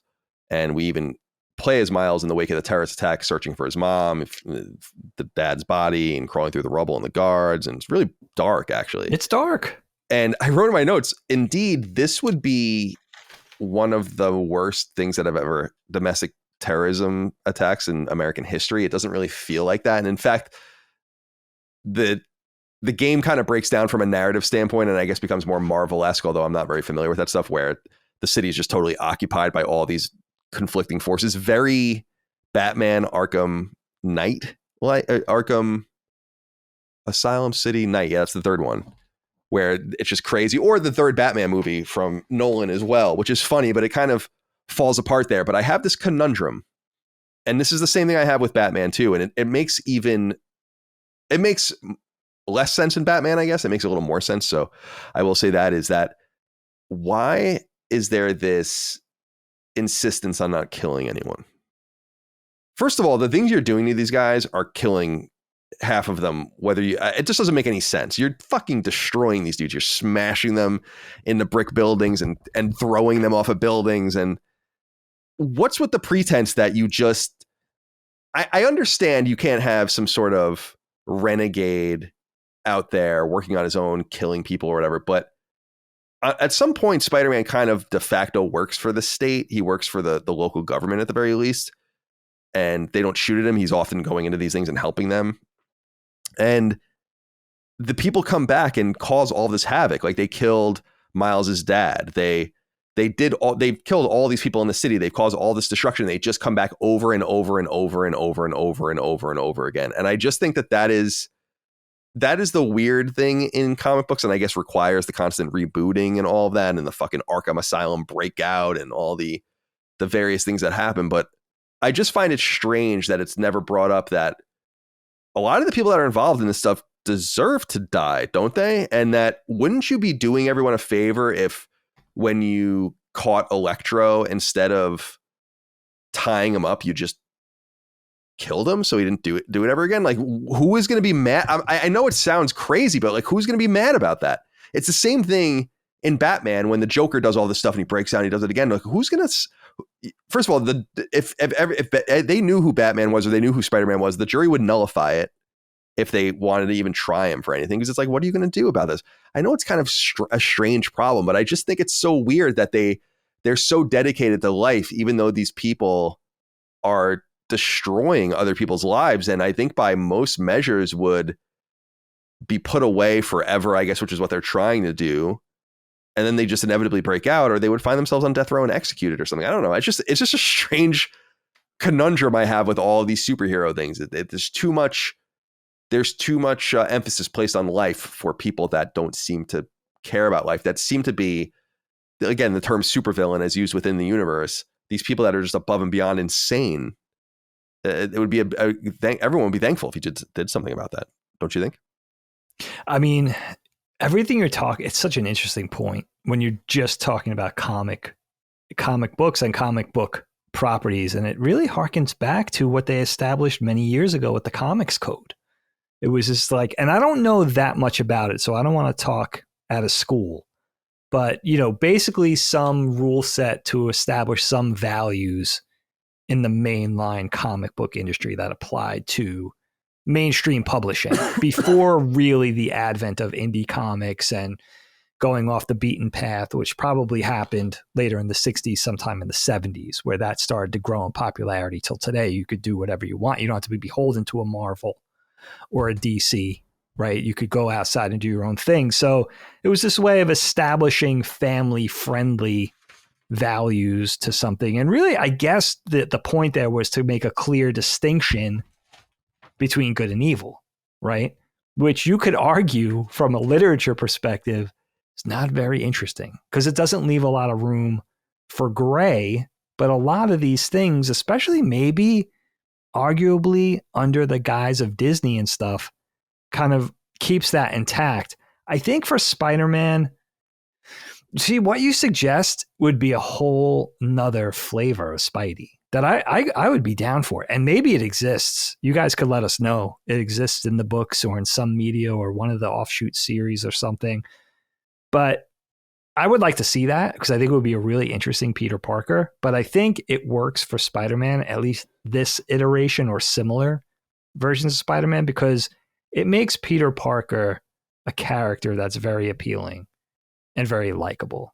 And basically a real hero that's not going down to the villain's level. Even though you have three-dimensional villains that are somewhat understandable in this world, there's still a dimension of purely good and sinister, right? And like the cop dying, Miles' dad getting killed, that was a real good guy. And even insofar as similar to Peter in that not somebody who was born with superpowers, right? Just somebody who wasn't a quitter, somebody who never gave up, somebody who was a hero in his heart. Just like probably Peter would have been had he not been bitten by the radioactive spider. So there's just something in that. I think there's just some sort of purist mentality in that. And look, if you want the other kind of superhero, who's a good example? Spawn, right? The Punisher. The Punisher, yeah. Right? They're all about getting their just desserts and getting down and playing on the same level as the villain. Yeah, you don't right? want like vigilantism, I guess, Right. Yeah. There's something about it makes less. It's interesting in Batman because there's such a dark edge, gothic edge to the whole Batman thing. So to have his philosophy of it's about stopping the crime. It's not about murdering these people. It makes it interesting. With Spidey, it makes it more understandable because Peter's just kind of like a kid. That's what I'm saying. Kind of a Spider-Man, lighthearted, jovial kid. It's less pronounced in Spider-Man than it is in Batman. It's just something that I have to bring up just from the concern about life above all else. He's on a rooftop. Everyone's got a gun drawn on him, right? Okay, so you don't want to kill these guys necessarily, but you kick one off the roof. He's going to die, but actually, if you follow the body along in the game, there's like even if it doesn't come out of Spider-Man, something will come and save that guy from falling and he'll be attached to the building. Like they will not, they simply won't let it happen. And that kind of stuff I think is stupid, where it's like, okay, the guy got booted off the building. Spider-Man, maybe a lot of it, he's trying to do things or it's very ambiguous, but we don't have to be that crazy about it. Holy moly, it's nuts. But it's a lot more pronounced in Batman, I think. And I do understand the spirit of good versus evil. I do understand that it's not real, but it does become frustrating. Plot holes exist in fiction too. Things don't make sense in science fiction or in other supernatural things or whatever that don't necessarily exist in our world, but we still want it to feel real, I guess, in some way. And that always just seemed a little bit weird to me. Like, where is everyone? Where's the justice system? Where's the military? The whole movie that we watched from 2010 or whatever it was, or 9 or whatever, that gets a little bit into that. Like the military is kind of involved in that. Yeah. But it's like, where is everyone? This is insanity. It reminds me a lot of again, the third Batman Nolan movie, where they basically cut off Gotham from the rest of the world and the military is kind of on the periphery and they don't really know what to do. It just seems very strange that you would let New York City get subsumed by thugs from Rikers, this Chinese gang that's running around with a bunch of ghost masks on.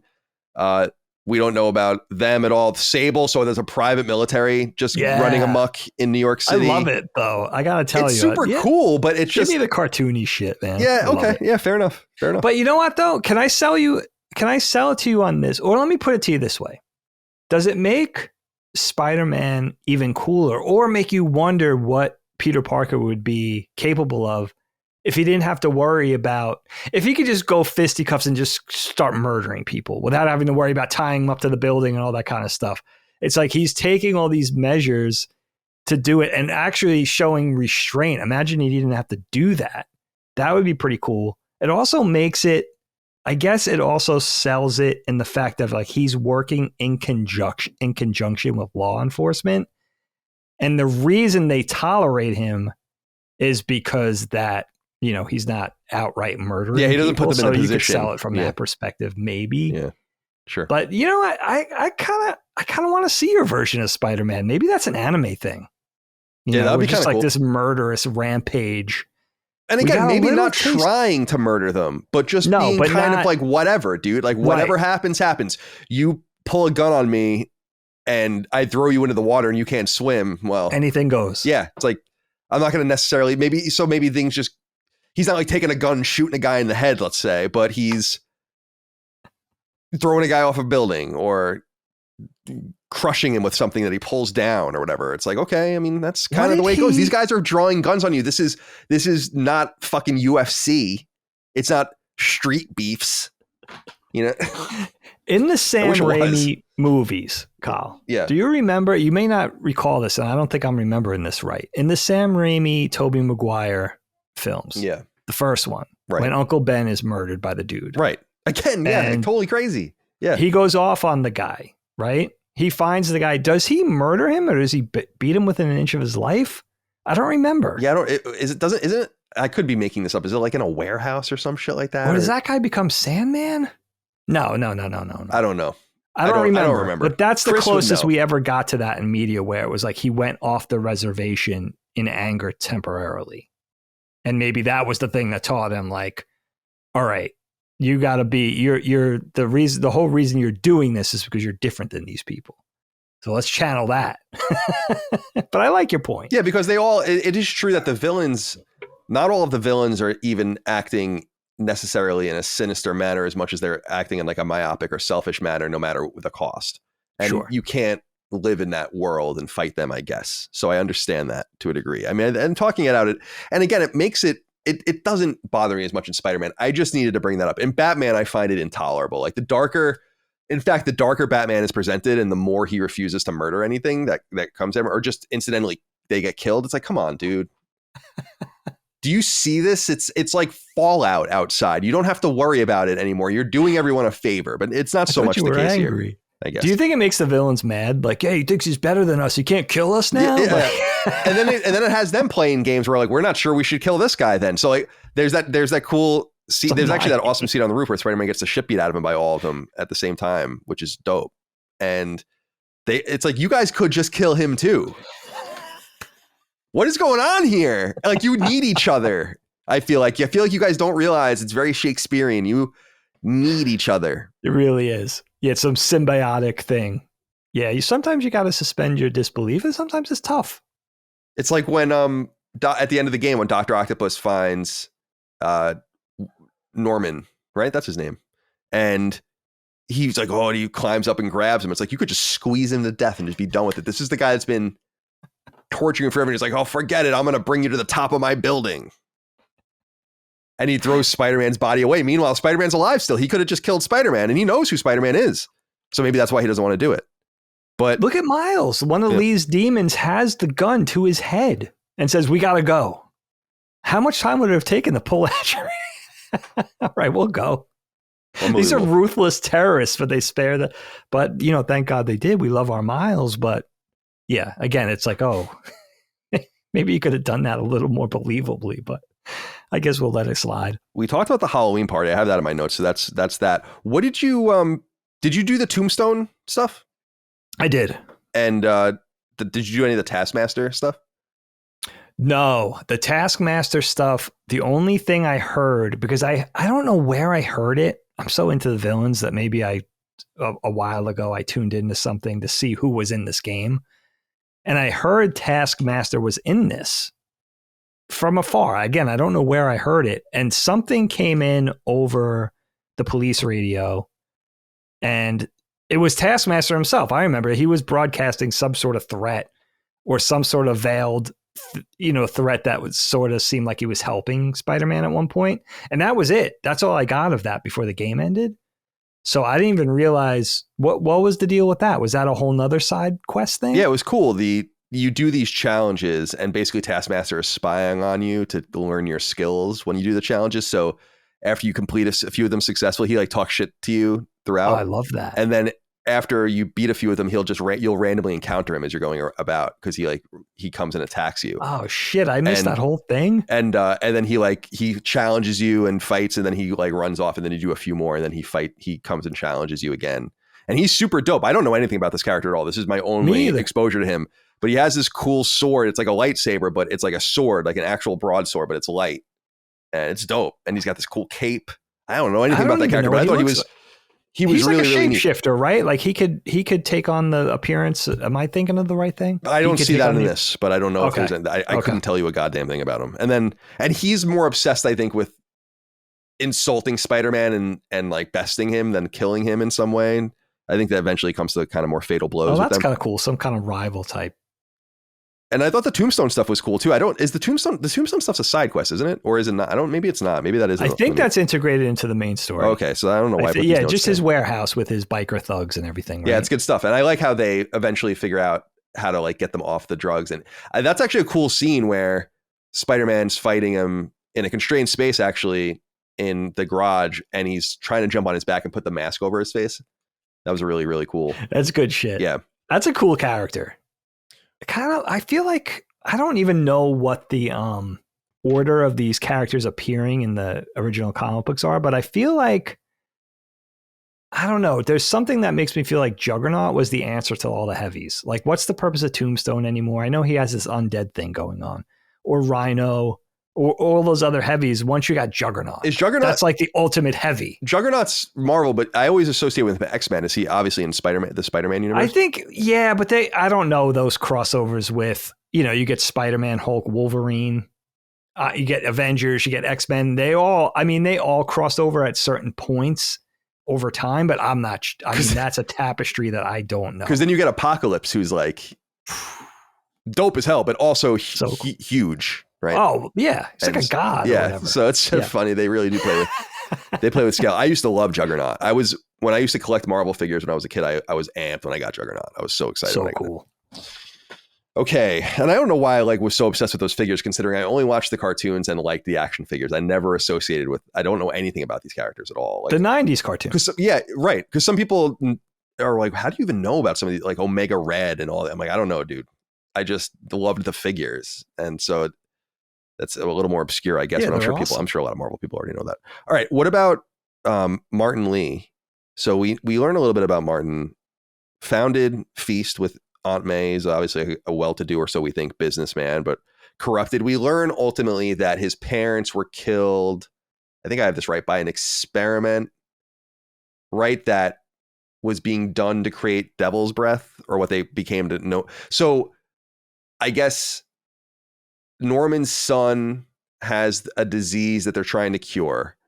In testing it, they tested it on Martin's parents, and it killed them.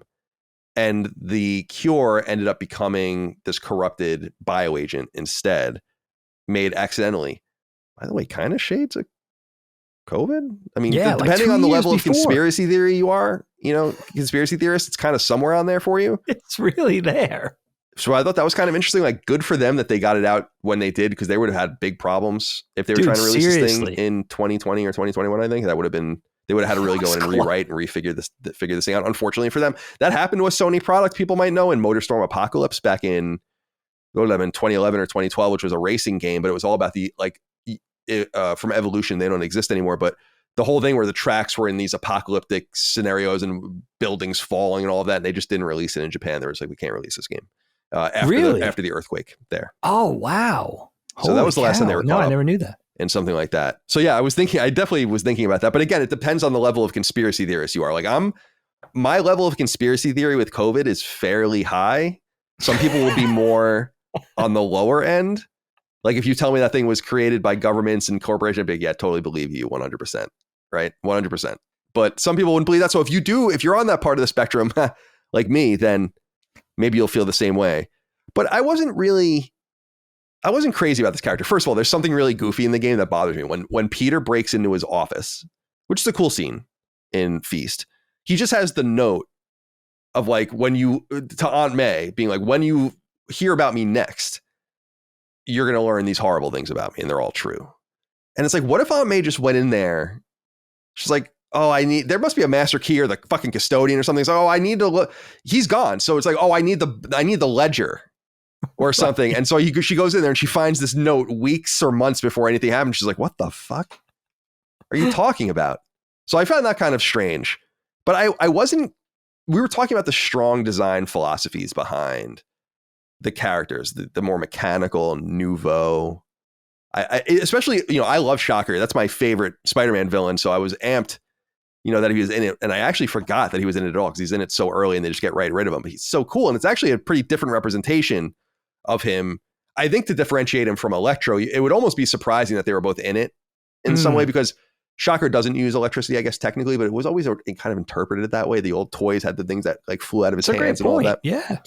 So with all of that in mind, the way how great everyone looks, I was like, this character kind of sucks. I don't know. I guess you kind of need the more normal person, human suit wearing, sophisticated, handsome. Right. Okay, that's cool. But I don't know. He didn't do it for me. And that's why I was curious if he was made specifically for this game. I'm going to look that up actually while you. Yeah, dude, that's a great question. And I was really curious about that. I'm glad I didn't know anything about him because it added to the mystery of the character. The answer is no, by the way. No, he's not made for it. 2007, and he was introduced in the comics. Oh, so relatively new character, though. Yeah, he's interesting. I like that it was unspoiled, but he's so nice of a character and just seems like an older Peter, shares some of the same dimension that Aunt May brings up. He's an orphan. He's trying to do well in the world. He's trying to make good, all these things. And he's so nice and he's so charismatic and diplomatic and magnanimous that you're just like, all right, this guy's bad. You know what I mean? Like he's too good. And he does have that sort of thing that they do a lot where the criminal mastermind, sort of top of the heap, puppet master, more cerebral villain just is less visually interesting. Although, of course, he has that sort of negative black ghost thing going on with the, the dark saber and all that. How come he can get away with the blackface? It's really not fair, right? It's because he's Asian? That's not fair. But he was an interesting character in the fact that he felt like he could have been, if the wool was pulled over our eyes, he could have been like another sort of mentor for Peter, where Peter could have been some sort of protege under him, not like Iron Man, different capacity, not like Otto in a science capacity, but something more in like a humanity capacity. So the fact that this character was actually corrupted was interesting. But I felt bad for May because he kind of just leaves. He kind of flies the coop and is like, you're in charge now. And she's visibly kind of flustered, but just trying to hold it together. She's like, all right, I guess. And he's acting real shady on the way out, where previously he was just super friendly and just accommodating to everybody. Now he's just acting really weird. And he's trying to have it both ways, which is interesting too, where he's like, don't forget that I founded this place and I really feel this way too. And I'm like, I don't think you can. It's like, we don't look at Hitler and be like, well, look at the beautiful paintings. It's like, well, you made your choice. Now we're going to remember you a certain way. So I thought that was strange too. And I guess it showed a certain tension in him. I like the masks, though. I like the suits. Yeah, that's cool. Something about the, the look of the black and white tailored suit with just the mask. There's something really gangster about that. I don't know if it's like a British gangster thing. There's something that feels contemporary and just a bit evil, that you just have the one thing. It's not a whole suit. It's not this biomechanical, whole thing where it's like this monstrosity. It's just a mask. Something kind of elegant about that. I like it. Yeah, I found the fight with him actually at the end a little underwhelming, and playing it again, where I'm like, there's just something boring about this fight. It was very predictable, and they didn't know how to translate it, obviously creating the huge demon and all the different replicas of him. But yeah, I was never really crazy about him. Who I did like, and she's obviously more of a gray character, although we don't know her as that in the beginning, is Silver Sable. Kind of hot. Oh, yeah, of course hot. I mean, yeah, I would. Purposely hot. Oh, yeah. So I had her in here as MGS villain meets Devil May Cry meets Bayonetta. So like a little bit of a mixture there. Well done. Presumably Russian or from some Russian satellite country. I'm not entirely sure. She's got like this private military. I love, and this is again draws into the Metal Gear comparison. It's just private militaries. There's something really interesting about that. Not that we want what's going on in Ukraine and Russia to be happening, obviously, between them, and it's a terrible thing. But definitely one of the more intriguing parts of it is the inclusion of a massive private military corporation that has so much power that they basically disappeared the dude. They crashed his plane, basically, weeks after everything went down in very Russian style. And so I'm always fascinated by the inclusion of just, I think Advanced Warfare got into this a little bit too, the Call of Duty game, and others, obviously, but just the idea of a third entity that's not a country, but an arms dealer, or, so like the Mars Corporation in G.I. Joe, or something that is just there for the glory, the money, whatever, to what end, but it's not a national end. I really dig that. So it was cool to see that here. Again, doesn't make a whole lot of sense how they're trying to kill each other for half the game, and then like you're going through their various places. Again, not apparently killing any of these guys. I don't know how. Peter actually has a funny line at some point where he's like, how big is the HR department at Sable or whatever? Because he's just killing all these different dudes. It's hysterical. Or not killing them, but beating them up, beating them within an inch of their life. But eventually she comes to, I remember feeling this tension in the first time I played it of, God, I don't want to fight her, you know.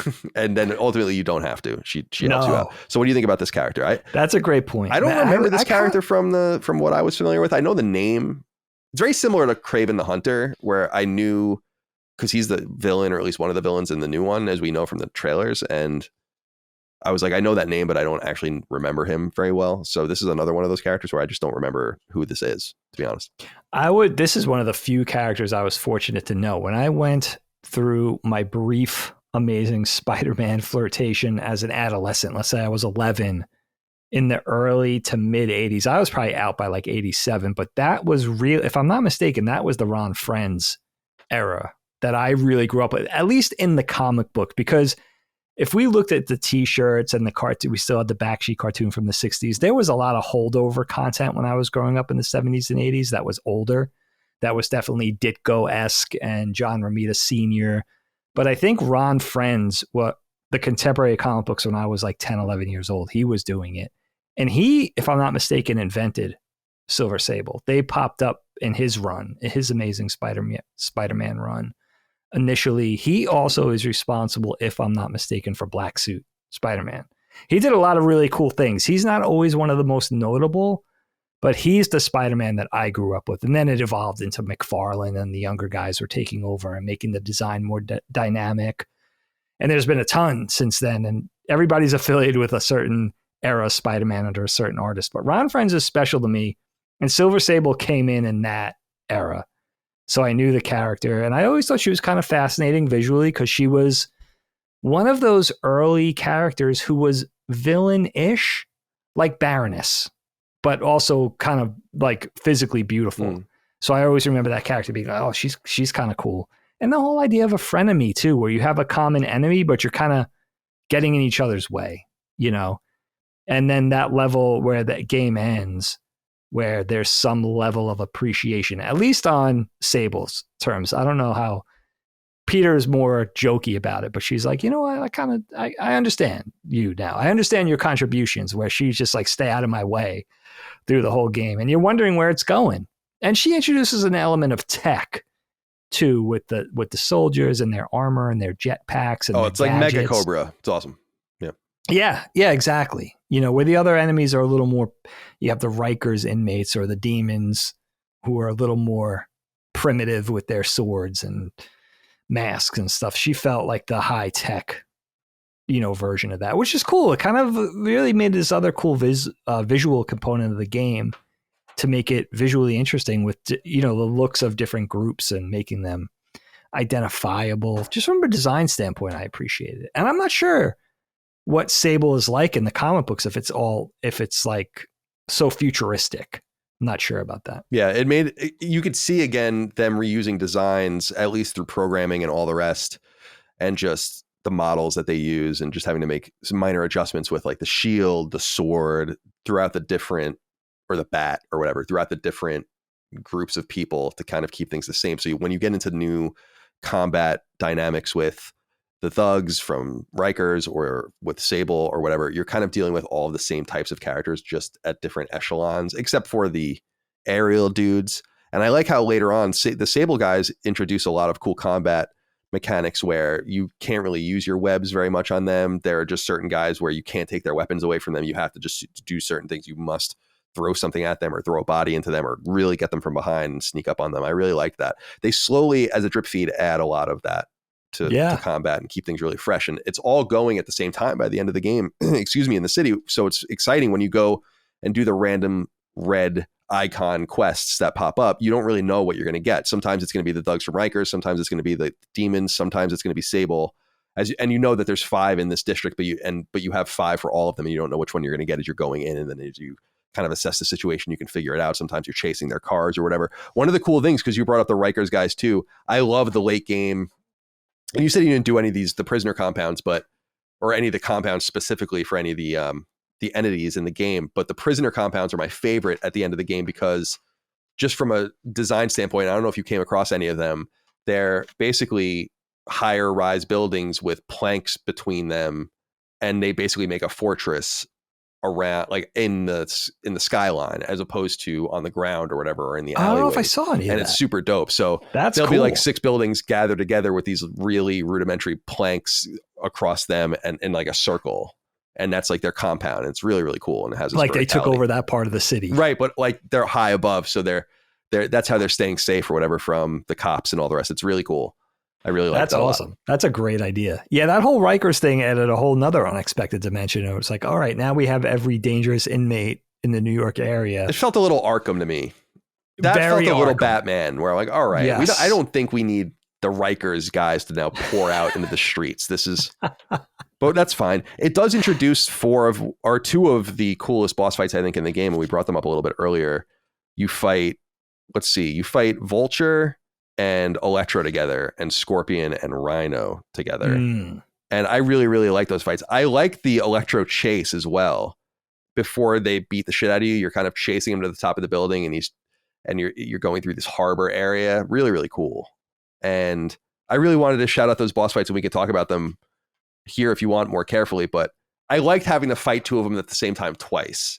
I don't know if this was a thing where they just felt like the game was long enough, or they didn't want to do all of them separately, or maybe the fighting was just a little too samey in doing this over and over and over again. So you want to add a different dynamic of just having to manage 2 different types of fights, even though you're kind of doing the same type of thing, stunning them, coming in, beating them up, backing off, stunning them, coming back and beating them up. So I really, really dug this. I especially liked Vulture. Like, he just keeps insulting Vulture's age, which I think is funny. Probably like 5 times. And I don't know. What did you think about that? So Electro Vulture happens first, and then Rhino Scorpion happens second. Do you want to speak to either of those? The boss fights were fun. I mean, it makes sense to have the tandem battles because it was a team up, right? And it makes it a little harder because you have to employ different strategy rather than just dealing with one. Even if one enemy at a time, let's say you had to fight Rhino, was difficult, eventually you're going to manage it, right? So you have to employ the strategy of subduing one while you go for the other. Yeah, they were really memorable fights. I'm glad you brought up the chases because I almost forgot about that. And that was another dimension of the game that was so fun. Whether it was the early Shocker chase, eventually you're chasing the demon's armored car at one point, or of course the Vulture chase over the water, which was kind of really a great sense of feeling. This game gives you a dynamic sense of height. You know, we talk about that a little bit with games like Uncharted, where they definitely do a good job of it, but nothing like this. It's insane. And once you get, this is the other thing I forgot to say about the web slinging, Kyle. Once you get the mechanic of web slinging is intuitive and it's very fluid and smooth. But once you get the conceit of you could only sling a web when something of height is near you. Like if you're only in Central Park, you're slinging webs in the trees. There's no buildings. There's no invisible buildings. You're kind of beholden to your immediate surroundings. So once there's a lot of free falling. Let's say you're on top of the Empire State Building. You have to fall to the height of the smaller skyscrapers before you could web sling, which I thought was so cool. Once you figure that out, it's really satisfying when you get good at that. And I kind of love that they employed that dimension where it's not like you're just slinging off screen to some invisible building. It's harder than that. It takes a little more thought than that. And it was designed more thoughtfully than that. So those chase scenes were a great way to make you get good at that, where it was just super fun. And I think the Scorpion Rhino fight was one of my favorites. You're in the construction site. Again, you're integrating your surroundings with the big concrete tubes and all of that. You have the cranes and the scaffolding and having to, again, use your environment in order to get the upper hand, which makes sense too, because these guys are so big. They're in these gigantic armored suits and they have these dangerous weapons, and they're murderous criminals. So to have Peter stand a chance, he's got to kind of be quick on his feet mentally, not just physically. So I kind of like that. I like involving so much of the backgrounds and the environments into the battles and what you have to do to win. I thought that was really fun. It's cool to think about it just from a design perspective of you have your team at Insomniac building the city, and obviously the city's there's going to be parts of the city and locations that are going to be in service of the story and in service of things that need to happen for gameplay and all of that. But it's interesting to think from a design perspective that then as design teams, you go in and you're tasked with whatever you have to do, and you have to figure out where these things are going to happen in the city and how you're going to organize things or hide things or whatever. I love that kind of stuff, just thinking about that and the way open world games are really created. And as far as the fights are concerned, I loved that first one, I think, better than the Rhino fight. I liked them both, but just the idea of the Vulture character flying at you press a button to kind of avoid him, and then you turn around and you hit him from behind, or he shoots his wings at you and you grab them with L1 and R1 and shoot them back. And then Electro, you're kind of chasing around and trying to tie up, and then you have to destroy his generators and all of that. I thought that was a really fun thing. And I thought that there was a really cool slow moment in the game in that revolved around those characters too, when you find the secret lab that Octavius had set up where he was leaving messages for the villains and their suits and everything. And you figure out that they're all in these technologically advanced suits because Otto Octavius had made them for them as part of this ongoing multifaceted deal that we discussed earlier as going through the game. And I like that you learn a little bit about them because I don't know anything about these characters or where they come from. So you learn, I think that, let me see, where is it here? Oh yeah. You learn that Scorpion, I guess, is in debt. And he's doing this for money. You learn that. And this is said multiple times and kind of said, like, Rhino, I guess, is trapped in some way in his suit. I don't understand that. That sounds almost horrifying. If he helps, he's going to get his suit removed. Right. It's pretty. I don't know that either. Yeah, it's crazy. That's cool. Scary. So that was a cool in the secret lab. I really liked that, as you find that there's like voice recorders. And the Scorpion stuff was cool too in the Toxic Dream. A little goofy, kind of again a shade of a Batman thing in Arkham. I think it was in Arkham Asylum with the Scarecrow dreams or whatever. So it's very similar. That was so good. Very on the nose in some way. I don't know if that was intended to be that way, but I did dig those fights and I wanted to shout them out. Otherwise, I'm looking through here at my notes. Is there anything left that you wanted to discuss specifically? You know what? I mean, one thing that struck me about the game, I guess the offset with Miles, where this started was when Miles' dad died, but then realizing later on at the end with Aunt May and everything in between, you kind of realize like it's a really immersive, wonderful universe. We know some of it, great characters, good and bad. But what's really cool about this game, besides how fun it is to play, is that this is a story with balls. Like, there are stakes, there's real danger, and characters can and will die in this world, which I thought was a really interesting way to take a game that does largely seem so accessible, is that it goes into that dark, emotional territory. It wasn't afraid to go there, and I think that just adds to the substance when you take everything else into consideration. And just a game that does a lot. Like we said, like it has all the things. It has the combat, the stealth, has stealth combat, very dynamic. I mean, maybe the most dynamic traversal getting from point A to point B of any game I could really readily think of, right? It has a little bit of exploration. You have plenty of side quests. You have a great story, plenty of power-ups and sort of player evolution if you go in for that, but you could kind of be the judge whether you need to do that.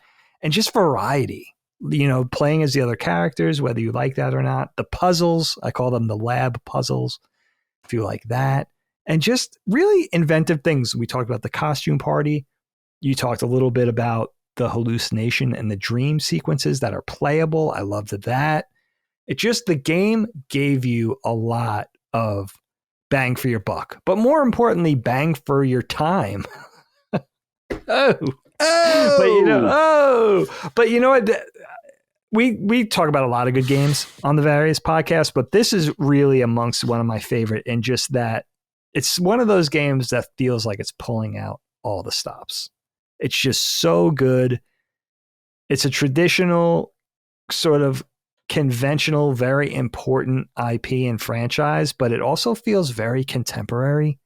I thought of that club scene in that part of the city, or that costume party scene with the clubs and the outdoor DJs, and you could go into the nightclub and just the music. It felt very now, So when you take, and I think a lot of this game does, it doesn't feel like an attempt at what does modern day Spidey feel like, hey, fellow kids type thing. Right. It felt like a real modern, believable iteration of Spider-Man that you would get in anything, any TV show or movie, just a game version of that.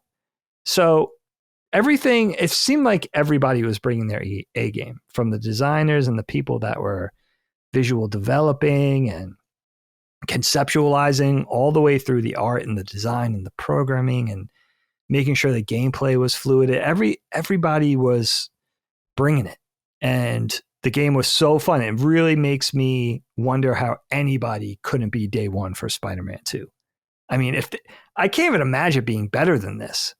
So the fact that it's going to be some sort of evolution, it's got me kind of putting together the quick mental wish list of what I want it to be, which is definitely bring the things that were good, make it feel a lot like the first game. Just give me a little bit more, right? A little bit more variety, maybe a little more to do, new characters. That'll be maybe some new characters and some old, mix it up. And man, I can't wait, man. This is a great, I love doing these podcasts because it's an opportunity to finally catch up on something that I know I missed out on. And dude, it was just so enjoyable. I just looked forward to it every night. Well, yeah, you're more than halfway through now with the sagas, because the DLC will play together. I've never played it. And then, Miles Morales, which is short, but that will kind of lead you in as a 1.5 into the second game. Again, I don't know how necessary it is to play it, because we only learn about Miles towards the end and them sharing kind of their secret with each other and all of the rest, and seeing Miles get bit from the spider that was on MJ, that came from the lab that was crashed, and all the rest. So I have a few more notes here. I'll just read through quick before we go. Just things that we didn't touch on, non sequiturs. I played in performance RT mode on PS5, so that's 60 frames with ray tracing. I thought it looked pretty good, actually. It ran smoothly. There is some pop-in, I thought, and some surprising, I don't know, just some surprising problems I encountered just from a graphical standpoint, considering the game is so old, that I wouldn't have expected to encounter. But I thought overall it was a great technical experience, beautiful on PS5. Highly recommend it there. The DualSense works really well for it, and just web swinging and all of that, it just feels really great. I saw a design philosophy that I keep saying that, I don't know why, a design aesthetic that I really, really loved, and I first discovered from that Sherlock miniseries back probably 10 plus years ago now, with Benedict Cumberbatch, I think it was. Right. I started watching that. I didn't get all the way through. Where there's and I'm sure many other shows do it, but I just remember from being there first, where they expressed the text messages that were being shown by showing them on screen. And I really, really loved that. It happens in the very beginning of the first Sherlock episode, I think, when they're in the newsroom or something like that. That might have been the first. You might be right about that. And so they do that here a few times, and I really, really like that. I just think that that's a really clever way to tell a story. I liked the side quests a lot. Some of them were stupid, but they were generally pretty cool. There was an early game side quest I did where you have to go after a guy who is pretending he's Spider-Man. I don't know if you did that one or not. Yeah. And you have to go and save him. So I thought that was kind of a cute thing. As far as a lot of the different things that you would find, we talked about them. So the backpacks, I thought the backpacks were cool, just in that each one, if you find it and then find the item and go into your menu, he'll have a little blurb about each, and then he'll say about something, this thing from a past. It kind of builds the character, like this version of Spider-Man, in a way that we understand, since we're kind of jumping into his world, as we noted earlier. So I really did like the backpacks. The photos were cool. It's a little bit broken though, because you can tell it's just, you're trying to get into some sort of hitbox, as it were. And so you can take like these awful photos of these things that wouldn't really make any sense, but it would work. So there's that. The research stations were probably some of the worst parts of the game, I think, in the sense that they were uneven. We were talking about the science experiments and all that stuff earlier. It's fine. It's just, again, stuff that you put in the game to slow people down. The cool thing is that you can basically skip all those puzzles by just hitting the R1 button. I don't know if you have to wait a little while to do that, but eventually that option will pop up. They're skippable, yeah. And there are a bunch of optional ones you can do in the lab as well to get more experience and more items and tokens. That's pretty weak. I thought it's weird. Like, why is Peter acting as an EPA agent and like a Con Edison repairman, and then he's a scientist? Just lots of padding. I thought was really, really strange. So I wasn't crazy about that. There's the whole side quest sequence with finding pigeons for that guy, Howard. That was, I don't know if you did any of those, but I heard about this. That was kind of cool, just in the sense that you're basically chasing these pigeons around to like restore his missing flock or whatever. And so they're all chases as you're trying to like get closer and closer to it, and then use R1 and L1 to like grab it and bring it back. So that was kind of neat. I dug that. The Black Hat stuff is really cool. It's like kind of a little sexual in the sense that the way she talks and treats him, but she leaves her little stuffed animals in places where she's broken in, and she's breaking into places that she shouldn't really be able to get into. And she'll leave a little black hat, and then you have to take a picture of it or whatever. So I dug those as well. But again, I did those all immediately. Like, so when the pigeons became available, I just did all the pigeons. When the Black Hat when you intro available, to Black Hat, you just I just did it all and got it out of the way. Okay. I wanted to again shout them out. So there's this idea, I guess, that in an open world, there's a bunch of different ways you can play it. In a game like this, I think you have to manage your time in a certain way and just do things as they come up to not get overwhelmed with tasks. And I like that the game has these narrative choices in these little bursts, like you said, where it's like, just go fuck off. And the game will kind of tell you to go do things eventually, but at some point, the game will just leave you alone. And it's not clear what you're supposed to do. And you kind of intuitively know that you're supposed to go search and do crimes, or not do crimes, but solve the crimes and do whatever. So I dig that as well. And I wanted to give them a shout out for using time management as a narrative device, because I think it gives you this feeling of time really elapsing, of the events being spaced out and feeling real. So they should definitely deserve credit for that. And then I think that's it. Those are all my notes for Spider-Man. I knew you weren't. I really wanted to see you weigh in on the puzzle thing, because I know you usually don't dig the puzzle thing, just in terms of, seems like a lot of times artificially slowing down and just adding, oh, we could also do this. I didn't mind the circuit puzzles. I thought they were pretty fun, but those spectrograph puzzles, which are kind of like akin to like a microscope slide, thought those were boring as hell. Yeah, they're boring. They're all easy. I mean, the electric puzzles kind of reminded me of the BioShock puzzles, which similar. Is pipe dreamish, but that's real time, so it makes it a little more exciting. Where this, you can just kind of dick around and try things out. And I don't know, it is just padding. I don't want to look under an electron microscope with Peter Parker. I mean, I appreciate and understand that that's part of what he does and that's part of his character, but I don't want to do that with him. I don't need to use Petri dishes and fucking Bunsen burners, and whatever he's doing is not interesting to me. And I do think that the game, this game, I think from a gameplay perspective, is masterful and very well done. I think from a presentational standpoint, masterful.